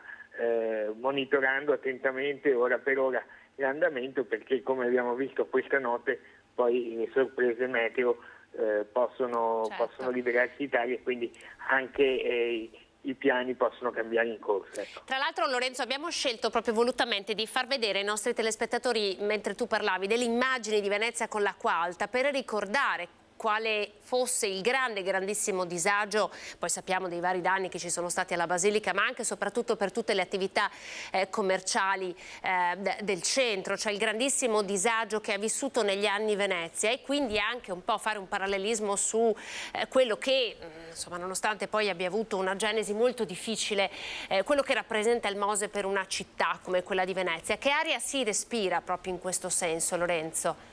Beh, dici bene, nel senso che poi entriamo a Venezia nella prossima settimana, che sarà una settimana un po' particolare, nel senso che come ricorderai, come sanno bene i nostri telespettatori, il 12 novembre ricorre il terzo anniversario dell'Acqua Grande del 12 novembre 2019, per cui anche questo appunto parallelismo è assolutamente pertinente, visto che ce la ricordiamo tutti, quell'acqua grande così devastante che ha messo in ginocchio un po' tutta la città, oltre che ovviamente le attività commerciali. E quindi se la prossima settimana sicuramente verrà ricordato già ieri, quando abbiamo sentito alcuni operatori lì della Piazza San Marco, che ricordiamo essere oltre che la zona simbolo, è proprio per un motivo pratico anche la zona della città che risente di più dell'acqua alta, perché è il punto più basso della città. Quando ieri è entrato in funzione il Mose e abbiamo sentito i commercianti, si respirava un grande gioia, un sospiro di sollievo per il fatto che il Mose ha consentito per 2 giorni consecutivi, ieri e oggi, di tenere la città asciutta. Ricordiamo anche che lunedì partiranno, quindi proprio Piazza San Marco, il Mose, tutti questi lavori. Venezia è un grande cantiere da questo punto di vista. Dopo mesi e mesi in cui si cercavano le autorizzazioni, dovevano essere sistemate tutte le procedure burocratiche, lunedì inizierà il cantiere per mettere all'asciutto anche Piazza San Marco, un cantiere molto delicato, 400 giorni di lavoro, quindi in 1 anno e 2 mesi anche in Piazza San Marco si dovrebbe vedere, al di là del Mose, che comunque continuerà la sua funzione come è previsto. Adesso siamo ancora in una fase sperimentale. Anche Piazza San Marco da questo punto di vista avrà una sicurezza in più, con anche l'innalzamento di alcune parti della pavimentazione che consentiranno alla piazza di essere più al sicuro. Ricordiamo poi che in questa fase sperimentale, perché siamo ancora in una fase sperimentale del Mose, è previsto l'innalzamento quando si registra una quota di marea di da 130 centimetri in avanti. Chiaramente poi va considerato il margine di errore, soprattutto il vento, per cui come è capitato appunto in questi giorni, anche a quota 100-110 il Mose entra in funzione, così tutta la città resta asciutta.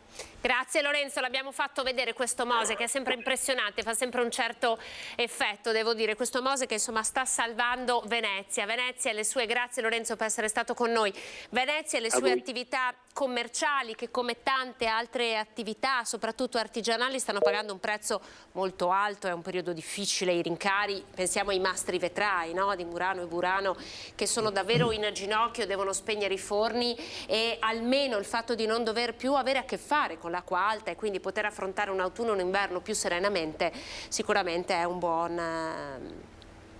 è di buon auspicio. Sì, io faccio un brevissimo commento sul Mose. Sì. Purtroppo il Mose, per noi, credo per noi veneti, è nato... È una ferita. È una ferita. Ma in realtà noi dovremmo essere orgogliosi di quest'opera che ci invidia in tutto il mondo. Cioè, è una cosa che io ho avuto la fortuna e l'onore di vederla da vicino, vicinissimo, eccetera. È una cosa che tutti... Purtroppo è stata sporcata da dei fatti poco edificanti, eccetera, e quindi non c'è la percezione nel cittadino veneto di questa grande opera. Sono contento che almeno i commercianti, quindi i veneziani e tutto il comparto del turismo, eccetera, sia tragga dei benefici che sono necessari, questo è il minimo sindacabile, poveri. L'aumento delle materie prime, questo scandalo che sta mettendo in ginocchio tutti, viene dopo il Covid, sì, non so cosa, non ci siamo fatti mancare nulla. Sì. Paola, tra pochissimo, adesso devo far vedere il previsione del tempo e poi andiamo in pubblicità, ma tra pochissimo, sempre per tenere il filo di questo racconto che stiamo facendo delle nuove urbanizzazioni e della demografia dei nostri comuni, è interessante anche vedere l'indagine che ha presentato Confartigianato legata agli immobili sfitti sul territorio, no? Perché sì. Anche questo è anche un questo dato... è una possibilità che potremmo avere noi amministratori di fare qualcosa con dei ruderi che abbiamo sul territorio, e così parliamo anche di quel famoso indice di vulnerabilità che il Ministero deve modificare entro marzo del prossimo anno, ovviamente negli accordi che ci sono, perché altrimenti questo ci permette, in base proprio a quei 7 criteri, di non essere con la vulnerabilità giusta per partecipare a questi bandi e far lavorare le nostre imprese. Giusto, per farvi capire di cosa stiamo parlando, ai comuni del Veneto non è arrivato un euro dai fondi destinati ai comuni sotto i 15.000 abitanti del PNRR, tutti i soldi sono andati al sud perché l'indicatore per l'assegnazione dei fondi su progetti presentati era questo famoso indice di vulnerabilità. E noi non siamo sufficientemente vulnerabili, ma ne parliamo tra poco. Pubblicità, previsione del tempo e poi di nuovo in studio.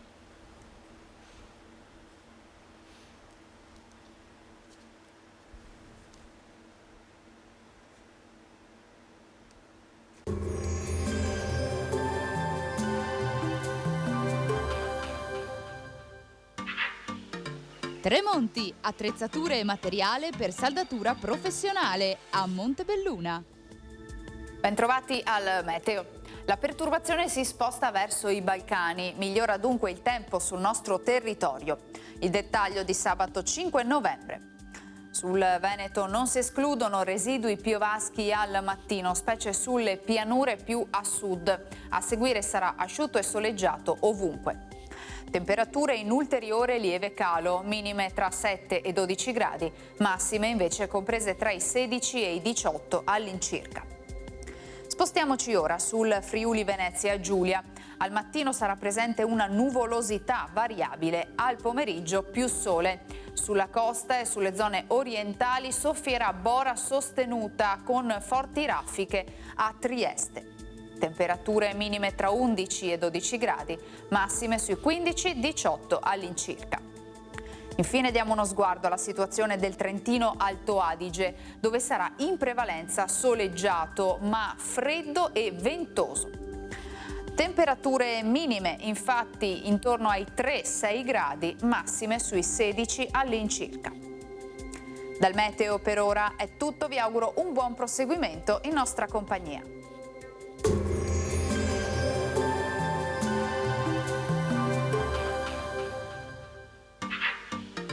Tremonti, attrezzature e materiale per saldatura professionale a Montebelluna.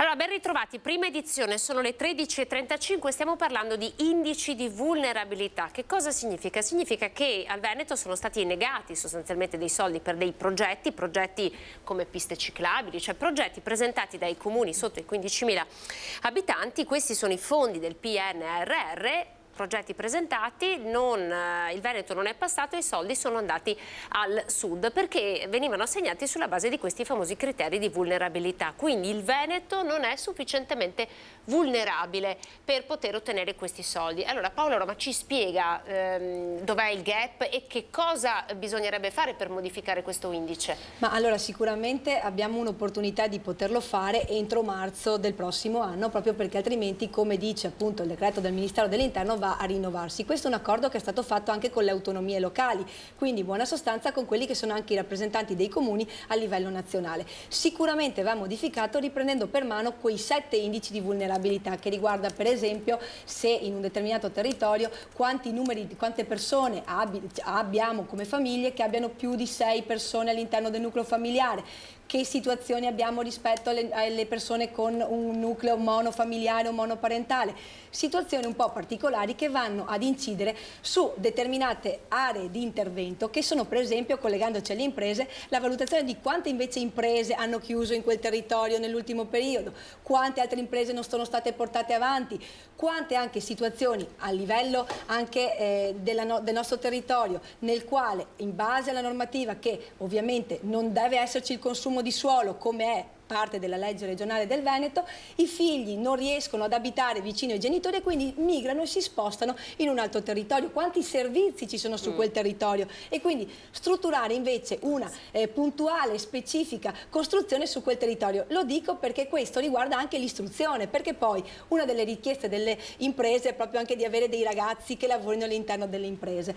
ma necessariamente dobbiamo confrontarci anche con le scuole che abbiamo sul territorio e il fatto che deve essere riconosciuta la peculiarità delle scuole paritarie che abbiamo in Veneto, come in altre regioni d'Italia, ma non in tutte, come anche quella peculiarità che dobbiamo dare all'istruzione rispetto all'alternanza scuola-lavoro, perché chiaramente è necessario far vedere ai ragazzi quelle che sono le attività per potersi poi inserire all'interno del mondo del lavoro. Quindi sicuramente per andare a incidere rispetto a quello è necessario che venga messa a mano entro marzo del 2023, altrimenti drammaticamente, dico io, andremo avanti per tutto fino ad arrivare al 2030, quando va a scadere poi la normativa. Credo che sicuramente questo sia un primo passo nel permettere questo, perché anche in questo caso si parla non solo di piste ciclabili e quindi di mobilità, ma anche di situazioni di contenitori vuoti o ruderi che hanno le amministrazioni, scuole vecchie o dismesse, situazioni anche lasciate lì di luoghi di incontro perpetuati nel tempo che naturalmente l'amministrazione singola da sola non può fare niente, ma anche in questo sviluppo il fatto di dire di metterci assieme per arrivare anche ai 15.000 abitanti, benissimo, perché si va a riguardare un territorio che è molto più ampio, quindi non guardiamo solo al nostro singolo orticello,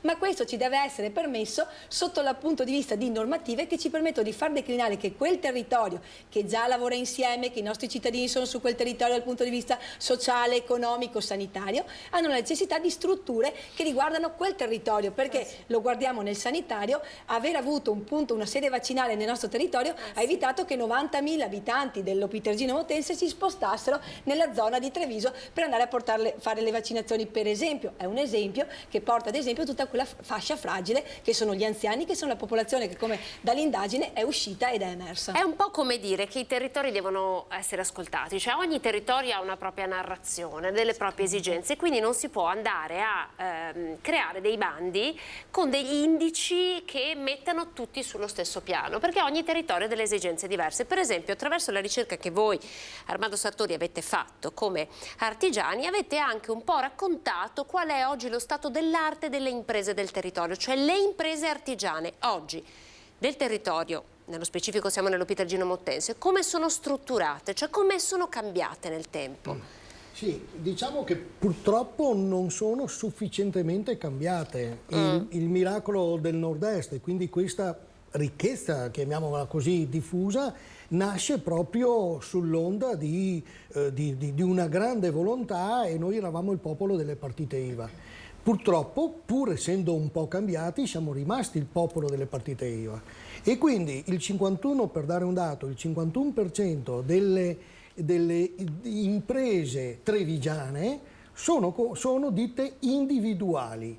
E un altro dato è che il 65% delle imprese artigiane sono ditte individuali. Allora questo era il nostro core business, era la nostra forza, era quella che dicevo prima, una sorta di ricchezza diffusa. Il problema è che di questo 51% o 65% se ci riferiamo solo agli artigiani, di ditte individuali, il 30% di questi soggetti hanno dai 61 anni in su ed il 16% ha dai 67 anni in su. Allora, qualcuno mi vuole raccontare che queste saranno imprese che continueranno a lavorare nei prossimi anni e produrre, eccetera, eccetera. Quindi ecco che noi oggi siamo un soggetto, un territorio che visto da fuori è sano. In realtà noi abbiamo una prospettiva futura, anche a tempo breve, di qualche malanno. Anche perché oggi, insomma, fare impresa non è così facile, non è così vantaggioso, proprio perché ci sono delle condizioni che non dipendono ovviamente da noi, che lo rendono ancora più difficile. Immaginiamo i costi che dovete sostenere per poter produrre. Ma infatti perché noi diamo per scontato che non ci sarà questo ricambio generazionale? Perché mentre queste imprese nate negli anni 70, 80 o 90, sull'onda della possibilità per l'artigiano o per la ditta individuale o per la ditta piccola di avere una condizione di vita migliore di quella che sarebbe stata magari in un altro ambito, di fatto oggi non è più appetibile per i giovani, tra l'altro giovani che mancano a causa della bassa natalità, e quindi di fatto noi dobbiamo rivedere il nostro modello, e di questi numeri qua dobbiamo necessariamente tener conto.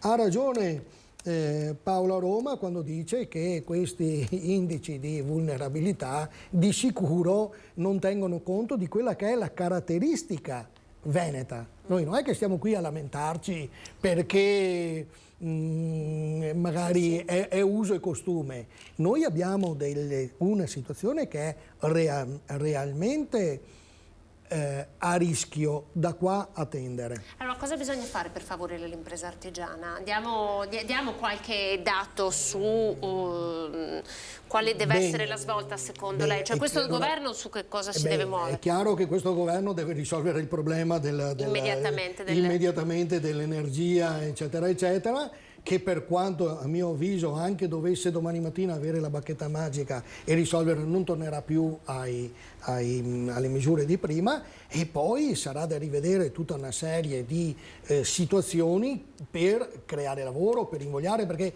in definitiva, individuale o meno, uno fa impresa se ravvede dalle sue fatiche si intravede dalle sue fatiche un ritorno certo. economico, cioè non a caso Confartigianato dice riprendiamo per mano tutte le aree dismesse, i immobili eccetera. Sì, ma santo Dio, sono lì da 40 anni, cioè ci vuole una politica più veloce nelle decisioni, più ricettiva, e soprattutto, torno a bomba a quello che si diceva in introduzione, noi pensiamo che oggi i veri portatori delle istanze nei palazzi del governo siano i sindaci, punto. Non sono quelli che toccano con mano le problematiche di tutti i giorni. Il sindaco Paola Roma ci dice: noi certe cose le stiamo vedendo, ma abbiamo dei limiti, no? oggettivi, come sono ad esempio questi, no? Il fatto che determinati diplomi di scuole paritarie non siano riconosciute, quindi voi non potete assumere, non potete utilizzare determinata forza lavoro per...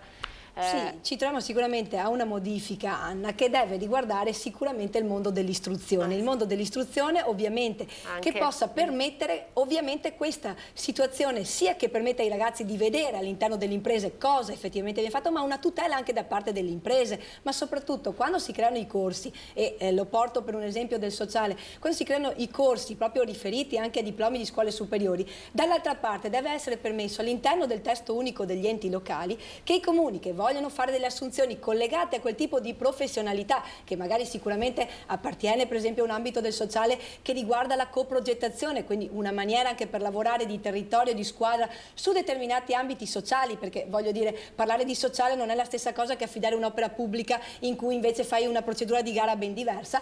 Deve permettere che queste professionalità possano partecipare a un bando di gara, a un concorso, e questo sarebbe ovviamente a costo zero, significherebbe fare in maniera che il Ministero dell'Istruzione, attraverso la parte che riguarda invece il Ministero che segue le autonomie locali, sia possibile all'interno del testo unico degli enti locali inserire questo tipo di figura. Ecco, credo che sotto questo aspetto le situazioni che stiamo vivendo adesso, le varie modifiche nelle discipline anche dell'istruzione devono necessariamente vedere uno sviluppo e una modifica significa anche nei nostri territori. Questo perché abbiamo dei giovani che altrimenti cercano di andare in altri lidi, cercano altre soluzioni.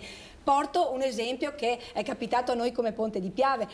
È nata proprio da una opportunità di alcuni ragazzi che hanno frequentato la scuola del mobile della zona proprio di Sacile e di Bruniera. Abbiamo affidato a loro, alla scuola, l'opportunità di sistemare delle teche che adesso erano il vecchio albo pretorio del nostro comune, dove sostanzialmente veniva data pubblicità degli atti all'interno del comune che sono andate in disuso, ma sono state sistemate in maniera artigianale da questi ragazzi che sicuramente domani hanno già un posto di lavoro all'interno delle imprese. Questo perché dobbiamo far vedere anche ai ragazzi situazioni in cui l'artigianato, lo dicevamo prima col Presidente, sono cose per cui in Italia ci riconoscono, quindi il mondo dell'artigianato è fondamentale. Far vedere ai ragazzi questa ulteriore prospettiva e permettergli anche delle visioni ben diverse, nasce tutto quanto da lì. Quindi anche rispetto al Ministero dell'Istruzione e del Merito, che sia davvero una circolare che esplichi cosa significa il merito rispetto a una configurazione territorialmente, soprattutto basata sulle peculiarità dei territori, che permetta davvero a questi ragazzi di investire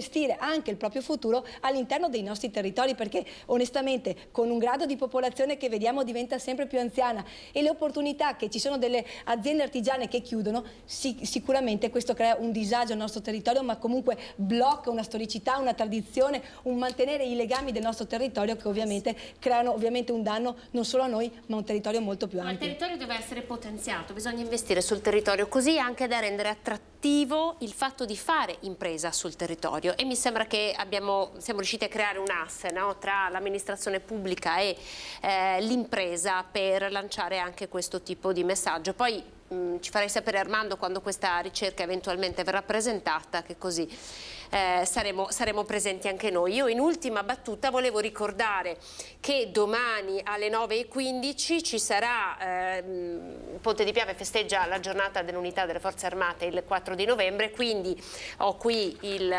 giustamente Paola ci hai portato la locandina, insomma, per invitare tutti quanti alle 9:15 in via Postumi all'ammassamento, alle 9:30 presso i giardini del municipio di Ponte di Piave, con l'alzabandiera, la deposizione della corona, insomma un momento importante anche per far sentire la comunità unita. Certo, è un momento in cui questi ragazzi faranno vedere proprio cosa hanno fatto per la comunità di Ponte di Piave. Ieri lo hanno fatto in videoconferenza con tutto l'istituto comprensivo di Ponte di Piave, anche con i piccoli della scuola paritaria, e naturalmente è un modo per far vedere come l'artigianato, come questi ragazzi, scegliendo anche un percorso di alternanza scuola-lavoro e facendo un qualcosa anche per le amministrazioni, possono dare quel know-how che ovviamente ci caratterizza, e credo che sia fondamentale anche perché i ragazzi, solo conoscendo, possono anche decidere quale può essere il loro percorso di studi.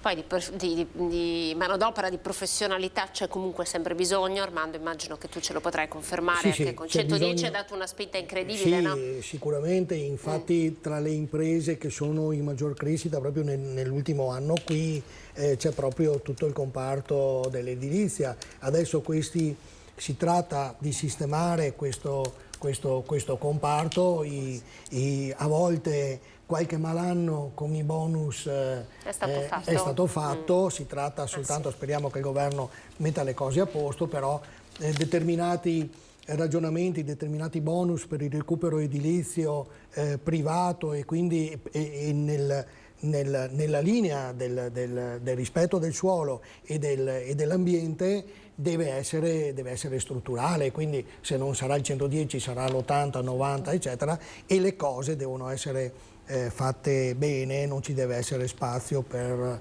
la truffa e per i furbetti del quartierino. Interventi strutturali, non interventi tampone, sì, che non servono. Ecco, servono un'altra cosa su cui bisognerà lavorare tra scuola, amministrazioni e rappresentanza eccetera, deve ritornare la cultura del lavoro, il lavoro come modalità per star bene anche, no? Cioè, il lavoro non è solo... Il lavoro nobilita, il lavoro nobilita l'uomo, ecco, lì dovremmo ritornare su sto punto qua, che è un po' quello che noi abbiamo preso dai nostri genitori, ma che in qualche maniera, io mi metto per primo, fatichiamo poi a tramandare. Allora, grazie davvero, grazie ai nostri ospiti, perché abbiamo veramente arricchito molto la discussione toccando diversi temi, ma provando a raccontarvi lo stato di salute di questo territorio e delle sue imprese. Grazie ad Armando Sartori, grazie a Paola Roma per essere stata in nostra compagnia, grazie davvero. Ora io vi faccio ascoltare un'intervista importante raccolta dal nostro Fabio Fioravanzi. Siamo a Ponte delle Alpi, dunque nel Bellunese. Un titolare di un supermercato è stato aggredito da diversi banditi, avevano un coltello, banditi che poi si sono dati alla fuga, e Fabio è riuscito a raggiungere il titolare del supermercato. Vi facciamo sentire la sua intervista. Franco Ardivell non se lo sarebbe mai immaginato, 50 anni in questo negozio, ma quello che è accaduto ieri sera, quando fra 6 mesi dovrebbe andare in pensione, davvero era inimmaginabile. Franco, ciao, nessuno lo merita, ma di no. Grazie. Intanto mi fa piacere di vederla in piedi. Sì, in piedi, la cosa principale. Ho portato a casa la pelle, e quello è l'importante. Magari un po' bucherellata, da 6 coltellate, però insomma l'ho portata a casa. E niente, cosa vuole che le dica? Non pensavo che nella cosiddetta isola felice di Belluno succedesse queste cose, potessero succedere queste cose. Non lo pensavo assolutamente, e dobbiamo attrezzarci in qualche modo, o telecamere, o non lo so, o forse il servizio di vigilanza un po' più stretto, perché ormai anche qui comunque erano secondo me due balordi sicuramente dediti all'uso di stupefacenti, però di una cattiveria inaudita. Io raramente ho visto dare giù così col coltello a una persona, ma penso neanche, non so, nei lager nazisti, veramente. Con una forza, infatti mi ha fratturato la spalla, mi ha fatto 6 tagli profondi, e non me l'aspettavo così, veramente. Poi basta guardare il sangue che c'è al negozio, pieno di sangue. Cosa vuole che dica? Speriamo che non succeda più, che ho dato, e per i prossimi 50 anni non occorre più che dia niente. Ma lei aveva posto resistenza? Com'è che sono arrivati alla violenza? Perché immagino volessero i soldi. La violenza è partita da loro. Io parlo del mio, non quello del mio amico, perché eravamo divisi, io guardavo la mia situazione, la sua no. Ci sono accorto dopo della pistola. Però lui mi ha dato una testata, ha cominciato con una testata, e io mi sono avvicinato al reparto delle bibite, perché pensavo volessero delle bibite. Ho detto cercate qualcosa che non trovate, e lui mi ha dato una capocciata. Senza nemmeno aver chiesto di... No, mi ha dato una capocciata, e io mi sono inalberato e ho detto ma che lo fai? Ma sei scemo? E questo qui ha tirato fuori il coltello. A quel punto io ero già partito con un po' che volevo dargli qualcosa. Quando ho visto il coltello mi sono bloccato e ha cominciato a infierire. Lei si è fermato, ma lui non si è fermato? Assolutamente, anzi ha continuato per 6 volte, e poi io ho fatto il giro del negozio per guadagnare l'uscita, e non ci sono riuscito a guadagnare l'uscita, perché lui ha tagliato in mezzo agli scaffali, è arrivato prima di me alla porta. Gli ho buttato addosso, ecco l'espositore che vede lì, gliel'ho buttato addosso per tenerlo lontano, perché non infierisse in un'altra occasione. Il mio amico nel frattempo era riuscito a scendere dai gradini, è andato al bar, ha chiamato aiuto e loro sono scappati. Non hanno neanche chiesto i soldi prima, la cassa? No. Si sono arrangiati da solo e hanno aperto la cassa, hanno tirato via i soldi che c'erano. Io non mi ero neanche accorto, e mi sono accorto dopo mezz'ora. Mi hanno aggredito prima di chiedere i soldi, a prescindere? Prima l'aggressione, perché i soldi io mi sono accorto quando c'era qua il 118, mezz'ora dopo mi sono accorto dei soldi, dell'ammanco. E poi sono andati dietro di qua, io li ho inseguiti, infatti si vede anche le gocce di sangue. Li ho inseguiti, ho visto che strada facevano, hanno preso via la via laterale, e dopodiché non ce la facevo più, perché ho perso moltissimo. Erano molto scoperto? No, allora quello che mi ha aggredito a me aveva un cappuccio così con il pelo attorno e aveva, secondo me, come ha detto anche la questura, un sottocasco, quindi e col bordo bianco, quindi io praticamente gli ho visto solo parte del naso e gli occhi, e invece l'altro aveva una mascherina chirurgica. Sarebbe in grado di riconoscerli? Quello che mi ha aggredito sì. Sicuramente, ho ancora gli occhi davanti. Dalla voce li ha sentiti? No, dalla voce no, perché l'unica cosa che hanno detto soldi. Quello che mi ha... Non saprebbe neanche dire se italiani, se venti, se stranieri, se... Ma avrei le mie difficoltà a dire che se sono italiani, se sono stranieri, se sono del sud, ecco, forse del sud, ma non posso essere certo di questo, assolutamente. Perché l'unica parola che hanno fatto, soldi. E dopo c'è la concitazione del coso, quindi altre parole che magari io non ho neanche captato perché era talmente la situazione ingestibile che non sono stato lì a ascoltare, però l'unica cosa che ho capito, soldi, o i soldi, forse ha messo l'articolo, forse. Lei il giorno dopo come sta? Io sto bene il giorno dopo e sto realizzando che mi è andata bene. Tutto sommato, anche se mi ha microfrattura da una parte e microfrattura dall'altra, ma mi è andata molto bene perché una cattiveria così io veramente cioè con una forza dall'alto in basso, con questo pugnale che mi fendeva, io continuavo a grondare sangue e allora sai, non sai neanche realizzare a quel punto cosa mi hanno tagliato, perché sprizzava veramente, poi basta guardare, e di conseguenza il giorno dopo, a parte la notte in bianco, il giorno dopo realizzi e dici ho portato a casa la pelle, che va da quel paese anche i 200 euro o 150, quelli che erano, che non lo so, e ho portato a casa la pelle. Allora, adesso invece andiamo a Padova, una bella intervista del nostro Fabio Fioravanti. Adesso invece ci colleghiamo con la nostra Chiara Gaiani perché da diverso tempo c'è un ladro che si aggira in centro a Padova e Wanda Pellizzari, che tutti conosciamo, ha attivato una raccolta firme. Anche qui continuiamo a parlare di cronaca dopo l'episodio di Ponte nelle Alpi, dopo i diversi episodi di cronaca che abbiamo visto nel veneziano, soprattutto a Mestre, c'è cronaca anche a Padova. A te Chiara.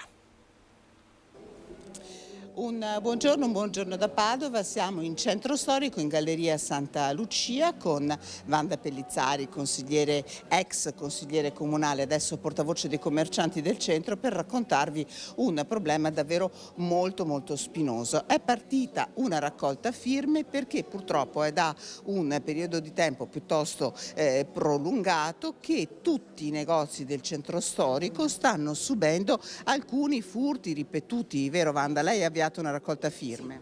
Sì, intanto buongiorno a tutti. Alcuni commercianti del centro storico mi hanno chiamata per segnalarmi questa grave situazione che si sta perpetrando da tempo e mi hanno chiesto aiuto. Insomma, adesso abbiamo avviato una raccolta firme proprio per denunciare l'aumento di furti e minacce ai danni di negozi e personale nelle vie Santa Lucia e Piazza Cavour e dintorni. Questa situazione si è aggravata, è intollerabile e rende poco sicuro il lavoro di tutti.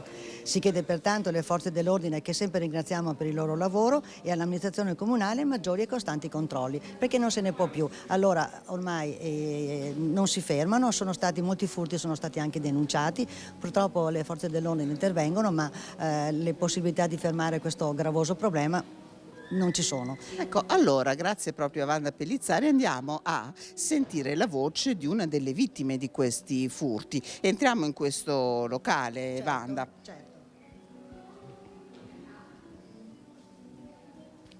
Ecco, siamo all'interno di questo pubblico esercizio con il titolare, che ringraziamo, il signor Andrea. Ci racconta che cosa sta accadendo? La situazione è un po' fuori controllo, purtroppo verso sera ci sono persone che sono poco piacevoli, dove fanno di tutto sui negozi, dove sono solo commesse femmine, e ogni sera la situazione è in degrado. Anche a lei è accaduto qualcosa di spiacevole in questo periodo? Controllano i clienti fuori per rubargli il portafoglio e se noi usciamo allora partono e vanno via e ci parlano male. Da quanto tempo accade questo? Da giugno circa. Ci racconta un episodio un po' circostanziato, tra l'altro pare insomma che dietro ci sia un'unica persona che agisce forse in modo di banda. C'era una nostra cliente qui seduta con il bastone bianco che prendeva il caffè un pomeriggio, si è seduto di fronte per rubargli il portafoglio, poi quando sono uscito per accompagnarla dentro allora mi ha parlato male, mi ha insultato perché sono andato a tutelare la nostra cliente. Ecco, voi allora adesso che cosa chiedete? Anche lei immagino abbia firmato la raccolta firme. Più controllo, più sicurezza perché non si può andare avanti così.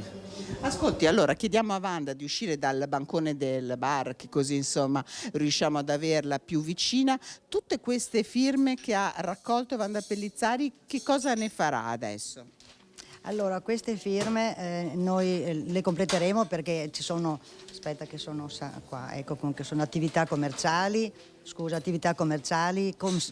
commessi, abitanti delle vie vicine. Noi abbiamo intenzione di portarle i primi giorni della settimana prossima, chiederemo un appuntamento all'assessore Bonavina, facciamo una copia la lasceremo all'assessore e una copia la porteremo alle forze dell'ordine, proprio perché le forze dell'ordine sono passate anche stamattina, sono venute a fare i controlli, abbiamo detto che vorremmo fare e loro sono d'accordo, c'è anche un aiuto da parte di chi non si volta dall'altra parte ma sta attento a quello che succede nella propria città, è un aiuto fondamentale. Quindi anche stamattina che abbiamo parlato con i carabinieri, gli agenti di polizia municipale che sono passati, ci hanno dato ragione, ci hanno detto andate avanti perché è un aiuto in più, non bisogna troppo facile voltarsi dall'altra parte, bisogna metterci la faccia e lottare perché abbia fine questo degrado, ce ne sono molti altri, prendiamone uno alla volta, questo è grave. Ecco, quindi insomma la sinergia con i cittadini è fondamentale, in questo senso noi ringraziamo Wanda Pellizzari per questa denuncia, seguiremo ovviamente anche la consegna delle firme all'amministrazione comunale, in particolare all'assessore Bonavina. Se non ci sono altre domande da studio da Padova restituiamo la linea. Grazie a voi di tutto. Grazie alla nostra Chiara Gaiani. Allora restiamo a Padova perché ieri durante le celebrazioni del 4 di novembre i colleghi hanno incontrato il sottosegretario neoeletto Andrea Ostellari, che ha parlato del tanto discusso decreto anti-rave e poi ha annunciato un pugno di ferro contro lo spaccio di droga e soprattutto le baby gang. Lo ascoltiamo. Abbiamo dato come governo una risposta a un fenomeno che è presente, che doveva essere regolato e credo che l'impianto di questo progetto, di questa norma, debba essere difeso. Il sottosegretario alla giustizia Andrea Ostellari rivendica la necessità del decreto anti-rave, una misura che sta facendo discutere in questi giorni. Il senatore non esclude che la norma possa essere ritoccata nel suo passaggio in Parlamento, ma ne giustifica l'urgenza e l'opportunità. Sull'opportunità noi rispondiamo con provvedimenti a problemi che evidentemente ci sono nel Paese. Quindi il rave party è un fenomeno che è avvenuto, che è comparso in quella circostanza e il governo, a mio avviso, ha fatto bene ad intervenire. Quindi questo è il messaggio che vale per il Paese e per coloro che quindi si aspettano da questo Paese il rispetto delle regole. Ostellari assicura che come sottosegretario alla giustizia porterà avanti i temi cari alla Lega, come la lotta allo spaccio. No allo spaccio.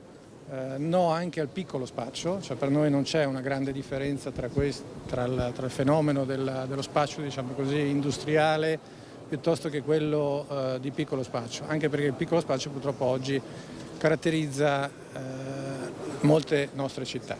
E annuncia il pugno di ferro anche contro le baby gang. Affronteremo e dovremo affrontare anche il fenomeno delle baby gang, se ne è imparato tanto, è un altro fenomeno che va affrontato con serietà e tenendo presente che quindi va dato un messaggio chiaro ai giovani e va dato un messaggio chiaro anche ai genitori che devono compiere un importante ruolo che è quello dell'educazione. Avete sentito il sottosegretario alla giustizia e invece lunedì sarà il primo ritorno, la prima uscita sul territorio del neoeletto ministro alla giustizia, Carlo Nordio. Prima visita ufficiale da Ministro della Giustizia per Carlo Nordio, che lunedì sarà prima a Venezia, in tribunale a Rialto, per un incontro con i vertici giudiziari del distretto, e poi nella sua Treviso, dove a mezzogiorno incontrerà a Palazzo di Giustizia il presidente del tribunale Antonello Fabro ed il procuratore Marco Martani. I temi caldi non sono pochi, a partire dal problema della carenza di organici che pone il tribunale di Treviso in una situazione ormai quasi insostenibile, ma non è l'unico. Proprio ieri, dal palco delle celebrazioni per il 4 novembre, il sindaco Mario Conte ha rivolto al neo ministro un accorato appello. Sicurezza e giustizia significano permettere alle forze dell'ordine di assicurare alla giustizia i delinquenti senza ritrovarli sulle strade il giorno successivo all'arresto. Significano anche garantire l'applicazione di una pena certa e rigorosa che faccia comprendere realmente al reo il disvalore sociale delle proprie azioni. Sindaco che anche da presidente di ANCI Veneto ha poi aggiunto la richiesta per chi svolge un incarico pubblico di perseguire il bene comune senza il timore di un avviso di garanzia. Tutti temi scottanti sottoposti al guardasigilli che lunedì sarà in Veneto nella sua prima visita ufficiale ai tribunali. Allora, dunque, Nordio sarà a Venezia e poi a Treviso lunedì. Avete visto Conte, il sindaco, il presidente ANCI Veneto, che parlava nel giorno delle forze armate, quindi ieri 4 di novembre parlava ai ragazzi, e ora vi raccontiamo un altro progetto che vuole parlare ai ragazzi, ma non solo. E lo facciamo con Alberto Montagnier, presidente dell'Associazione Raise Venete. Buongiorno, buongiorno Alberto. Buongiorno ai telespettatori. Grazie per essere con noi. E poi con Federico Zecchini, che è collegato. Federico, buongiorno, storico, cantautore, insomma lei ha un passato importante. Buongiorno. Buongiorno a tutti. Sì. Allora, il progetto di cui vi vorrei parlare porta il nome di Casanova e vuole in qualche modo andare a raccontare la vera storia della Serenissima. Partirei da te, Federico, perché tu sei, insieme a Zorzi, che è uno storico, un po' l'anima di questo progetto. Allora, andiamo a raccontare qualcosa, poi so che tu ci hai inviato il trailer, per cui lo facciamo vedere. Sostanzialmente è uno spettacolo teatrale, le musiche sono le tue, che girerà per diversi teatri della provincia di Padova, nella speranza anche di poterlo vedere in tutto il Veneto. Allora, partiamo da qui, raccontaci di che cosa si tratta, poi facciamo vedere il trailer. Allora, si tratta semplicemente della storia di Venezia. Noi utilizziamo il fantasma di Giacomo Casanova, il quale interviene per spiegare a una studentessa che l'isola dei famosi non è quella che vede in televisione, ma è l'isola dei famosi, più famosa al mondo, appunto Venezia. E gli racconta la storia di come inizia Venezia e di quella soprattutto dei personaggi più importanti della nostra storia, della nostra cultura, che ahimè sono abbastanza sconosciuti ai giovani, ma anche alle generazioni diciamo come mio padre, quindi quelli che hanno già 80 anni, 70 anni, eccetera. È vero che poco più di 150 anni fa eravamo una repubblica, e ce ne siamo dimenticati tutti. E sì che non è passato così tanto tempo. Allora questo progetto tende proprio, parlando di Venezia, ma soprattutto di personaggi più importanti come Marcantonio Bragadin, Marco Polo, non so, Elena Lucrezia Cornel Piscopia, poi Daniele Manini, Niccolò Tommaseo, cioè persone che hanno fatto, che sono la nostra storia, appunto sconosciute. Il grande Casanova, che è praticamente interpretato da Davide Bozzato, lui spiegherà alla studentessa il passaggio di questi momenti, il passaggio in maniera, è un mix tra musica, testo, quindi non è un musico, quindi è una cosa molto facile perché in 1 ora e 10 è fatto tutto. È una cosa molto, diciamo, scivola, veloce. Ecco, è interessante questa cosa che stai dicendo, Federico, quando dice una cosa molto facile, perché sembra sempre che quando si parla di insegnare ai ragazzi, ma in qualche modo anche alle persone, raccontare la storia della Serenissima, non so, magari la prima reazione potrebbe essere oddio, no, ancora la storia, oddio, mi fanno studiare ancora. Invece tu dici 1 ora e 10, la musica, le immagini, cioè proviamo a raccontare questa storia da un altro punto di vista, con altri strumenti, per riuscire a ridarle vigore, corretto? Esatto, basta pensare questo, no? Che nei libri di scuola ci hanno messo in un quarto di paginetta con Pisa, Genova, Amalfi, le 4 repubbliche marinare. Io che sono 30 anni che vado in barca a vela e vado fino in Turchia, ho visto castelli veneziani dappertutto e, ripeto, sono abbastanza ignorante, nel senso non è che sono come per Alvise Zolli, che è uno storico molto, molto colto. E quando sono tornato a casa, incuriosito da questa potenza veneziana nel Mediterraneo, ho detto, ma è possibile che...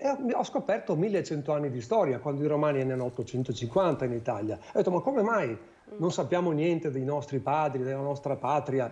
E da lì la curiosità è partita, finché ho scritto appunto delle canzoni su questi personaggi importanti, e conoscevo già Pier Alvise per altre cose, per la pubblicità, eccetera, e gli ho detto, guarda, sto facendo sta cosa perché vorrei che... E mi fa, idea bellissima, arrivo subito. E quindi ho avuto il supporto di un grande storico che è riuscito a mettere in maniera, diciamo, facile e divertente questo colloquio tra il Casanova e la studentessa per far conoscere appunto questi personaggi. Ecco. Allora, Alberto Montagnier, perché c'è così importanza? Perché è così importante divulgare la storia della Serenissima? Faccio un passo indietro, perché è così stata così poco divulgata? Allora, la storia della Serenissima, la storia di Venezia, per carità è stato scritto di tutto e di più.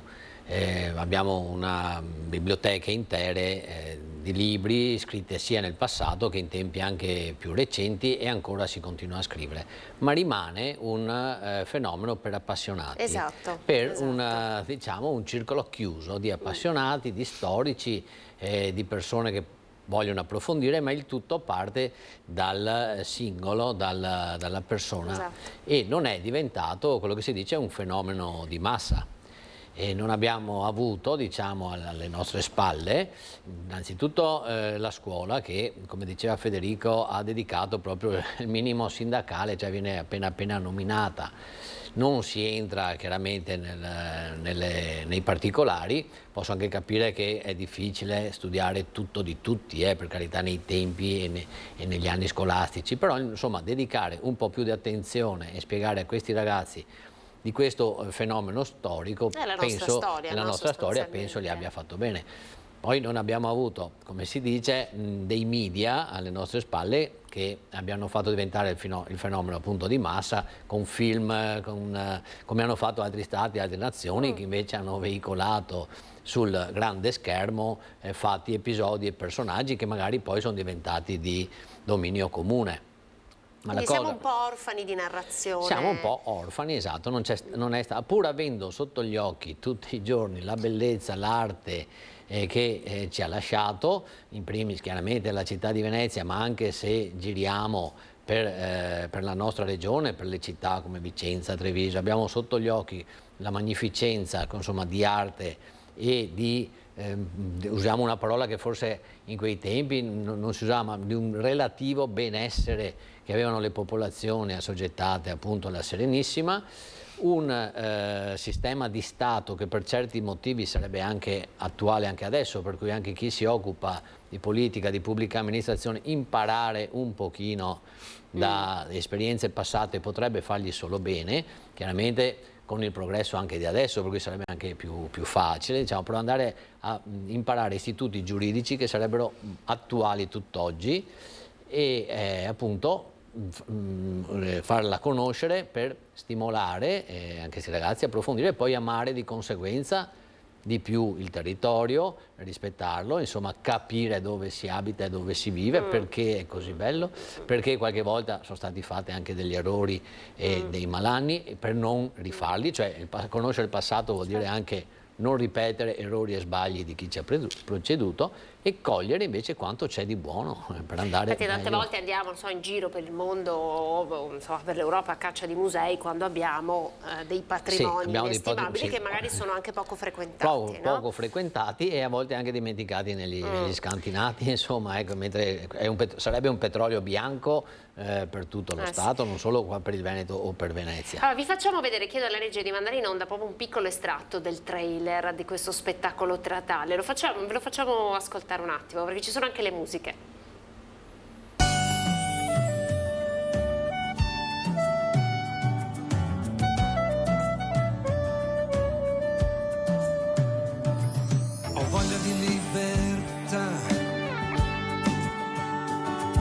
voglia di indipendenza.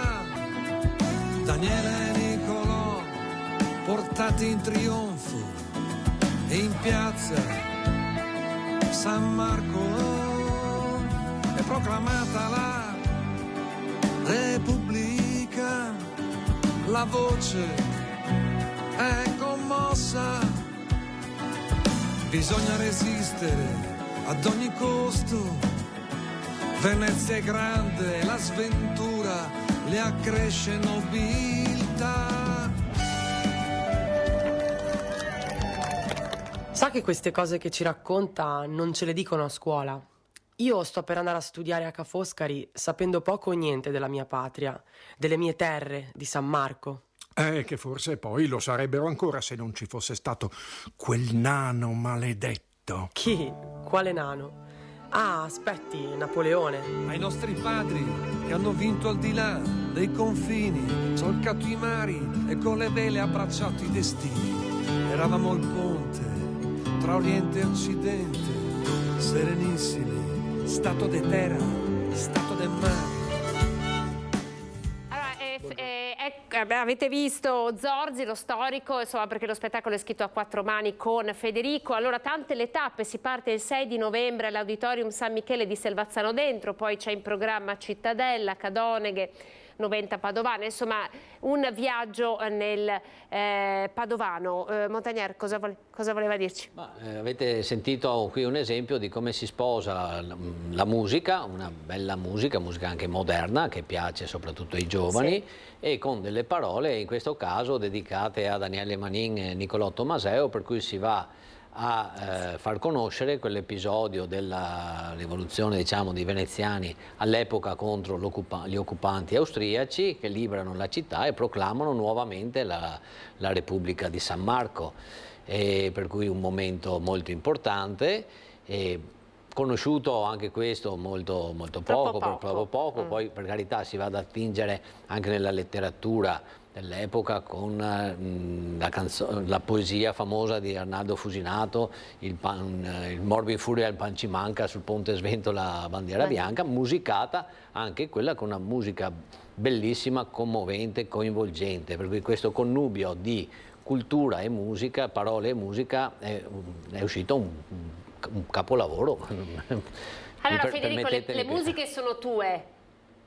Sì, sono le musiche, anche i testi ovviamente, gli arrangiamenti, poi faccio musica da una vita, quindi questa qua è stata proprio un'idea appunto venuta per cercare di fare qualcosa per i giovani veneti che non sanno la loro storia. Ecco.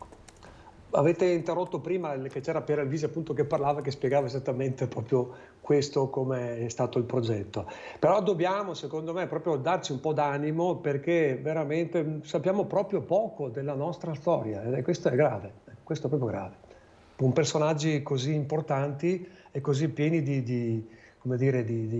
anche di emozioni. Ecco. Non so. Prima hai parlato di potenza, mi è piaciuto molto il termine che hai utilizzato, una potenza, che è la potenza veneziana, no? Io sono meno indicato a parlare di questo, perché per Pieralvisi mi dice sempre che la cosa più bella che è stata la Repubblica di Venezia è sapere, proprio tramite i mercanti, a modificarsi sempre, perché era sì una società di politica pubblica, come uno Stato, ma era proprio la libertà di sapere di commerciare, di dover per forza fare qualcosa e continuare ad andare avanti e modificarsi. Questa è la cosa, secondo lui, più importante che ha avuto proprio la politica veneziana di tutti i tempi. Forse potrebbe anche essere interessante perché dobbiamo immaginare che questa politica veneziana dovrebbe essere applicata alla politica di oggi, no? Cosa dite? Prima eravamo qui con gli imprenditori, con Confartigianato Marca Trevigiana, immaginiamo il commercio, gli scambi commerciali, l'artigianato che nasce a Venezia e le politiche e anche il modo di vivere, l'imprenditoria artigiana veneziana è un modello che dovrebbe essere replicato. Cosa ne pensa? Sì, sicuramente. Il problema è che noi purtroppo con la burocrazia che abbiamo siamo abbastanza con le mani legate, e per fare qualsiasi tipo di attività, e con questo, ormai poi noi veneti lo sappiamo a memoria, con questo tipo di tassazione diventa veramente difficile fare l'imprenditore.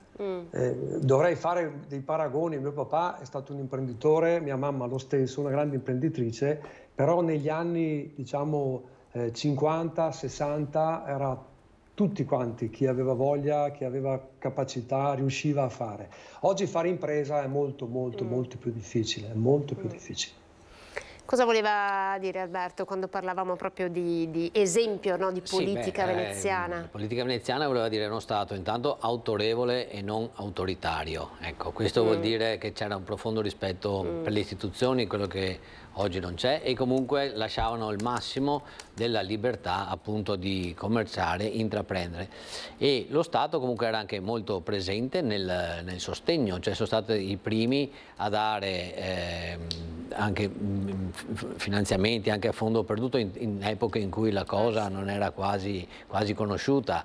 Lo Stato garantiva, si faceva tramite, orchestrava, metteva l'imprenditore diciamo nelle condizioni di poter investire e raggiungere il suo scopo, stando sempre però al di fuori, diciamo, di quella che era poi l'impresa stessa, cioè l'imprenditore era mano libera, con un grande principio che era quello del bene comune, cioè anche l'imprenditore poteva guadagnare quanto voleva, poteva diventare anche lui potente, queste famiglie che si sono arricchite a dismisura, quasi come una casa regnante degli altri stati europei, ma c'era sempre qualcuno sopra di lui, cioè lo Stato, cioè lavori per te ma lavori anche per lo Stato, lavori per il bene comune, che non era ti tasso, sì. No, devi avere presente sempre anche la grandezza della Repubblica. Lavori per te, di rendere grande anche la Repubblica, anche il tuo Stato. Ci fermiamo pochissimi secondi, devo andare in pubblicità, poi torniamo ancora per un paio di minuti per raccontare Casanova e la studentessa.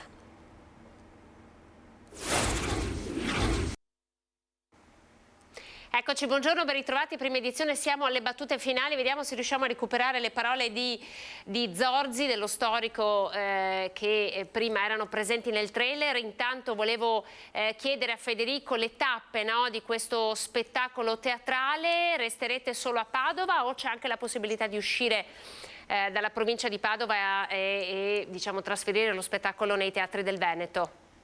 Beh, l'obiettivo è questo che hai detto tu, nel senso che per adesso noi siamo partiti con l'idea appunto di fare una cosa abbastanza concentrata e per vedere soprattutto che effetto fa, no? Nel senso, se veramente dà stimolo. E ho notato con sorpresa che proprio mi sono arrivati un sacco di messaggi anche dopo il primo concerto, in cui tanti mi hanno descritto: ma guarda che non sapevo una cosa del genere, mi hai veramente aperto una finestra che prima non ne avevo idea, anche perché Venezia è qua vicino. Siamo tutti comunque sotto questa tra virgolette, storia, e quindi insomma è stato proprio una cosa positiva, ecco, in tutti i sensi. E quindi è chiaro che finita queste 10 date che sono appunto più o meno tutte intorno al Padovano, vorremmo fare alzare un po' il tiro e cominciare a fare anche qualcosa di diverso, insomma, in altri. Abbiamo recuperato le dichiarazioni di Zorzi, ve le facciamo ascoltare. Buongiorno a tutti, sono Pieralvise Zorzi, veneziano di Casavecchia, scrittore di cose veneziane, da generazioni, amico, difensore, protettore di Venezia e della sua storia.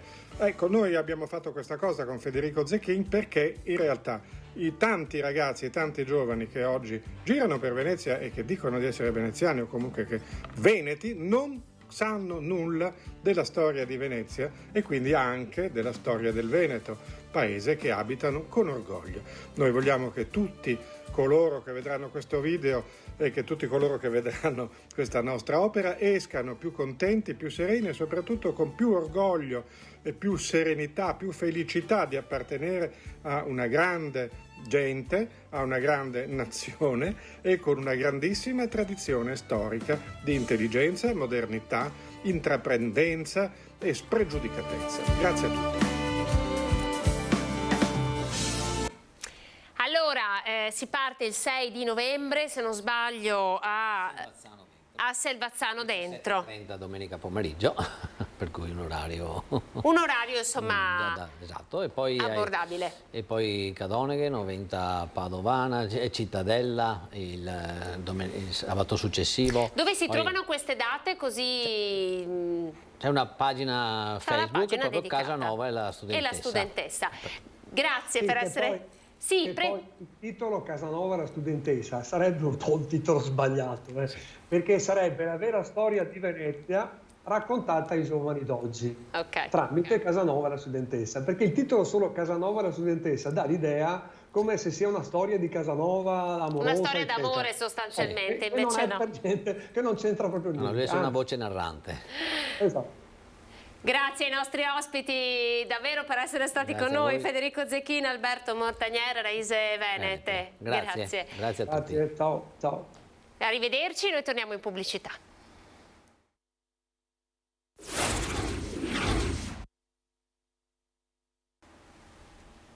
Allora, 14:32, non abbiamo altri aggiornamenti da darvi, allora io vi do appuntamento all'informazione di Antena 3 Nord-Est di questa sera alle 18:30 con il Veneto, 19 TG Venezia e poi 19:30 con TG Treviso. Grazie per la vostra cortese attenzione, vi auguro buon pomeriggio.